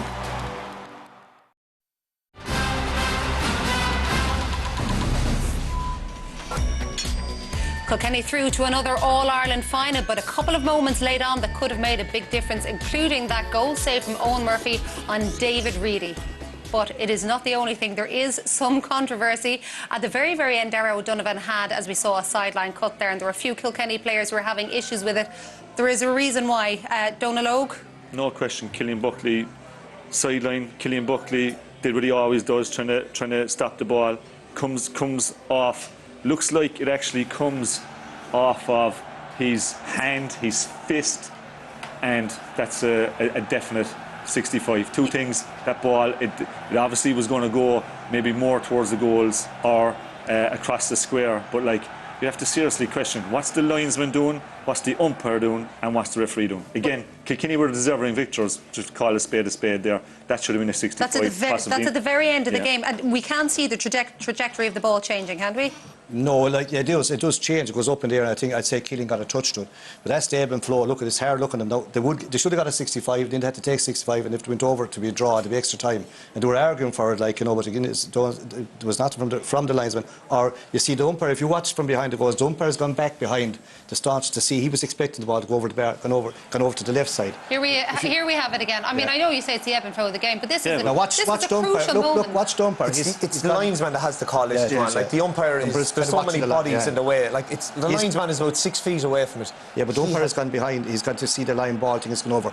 But like a lot of coaches, Joanne, would not let him go for a point from that angle. They'd say keep the ball in play and have your chance afterwards, or play a sharp ball and try to work a point. Because unless it's perfect, even if you took a great line ball, just went an inch wide, it was wide. But is that irrelevant at the moment? But sorry, Joanne. Like, you don't know, Cyril, we don't know. That ball actually didn't look as if it was going to go over there. No. It looked as if it was actually going to be going in. Yeah. Exactly. Dropping in around the square. So, like, I don't know. I think this highlights serious question marks over our officials. Like, players do not deserve this. The game does not deserve it. Last minute, we should be talking about a fantastic Kilkenny performance and all the great skills that we've seen out there. But again, to repeat, you had a referee, a linesman, and you had umpires. And you probably have technology up there that if you did take a minute to go back, it would have easily clarified the situation. But Jackie, that's a linesman calls there, or Joanne, sorry, he's right beside it. Like, you know, he's looking at it. Again, he's probably excited, but like, you know, it's up to him to see it.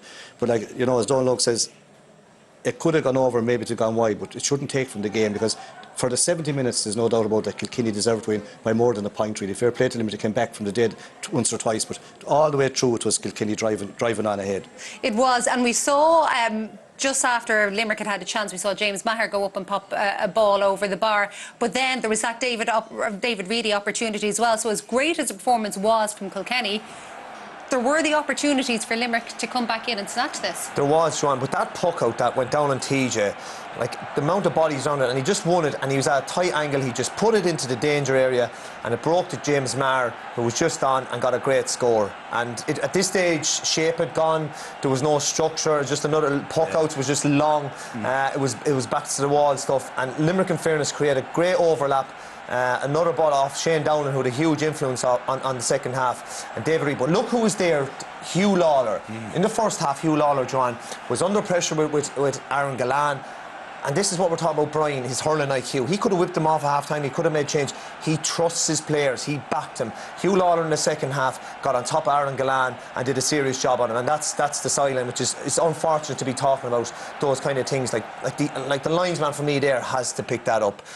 You know, and it'll probably gall Limerick now that there could have been an opportunity to maybe bring it to extra time. But I think on the balance of play, Kilkenny were the deserving winners. But I think it's worth mentioning as well, Joanne, that Barry Nash came on at half-time and he had a brilliant game. Like, he's another man that's pushing for a place. I know that they're out of the championship now, but going forward, like, I thought he had a fantastic second half. And like Graham Mulcahy all through, he was fighting a losing battle early on his own. He's not a big man, but all through he was absolutely brilliant. But Nash, to me, in the second half, really got stuck into the game and kind of showed what a good player he is.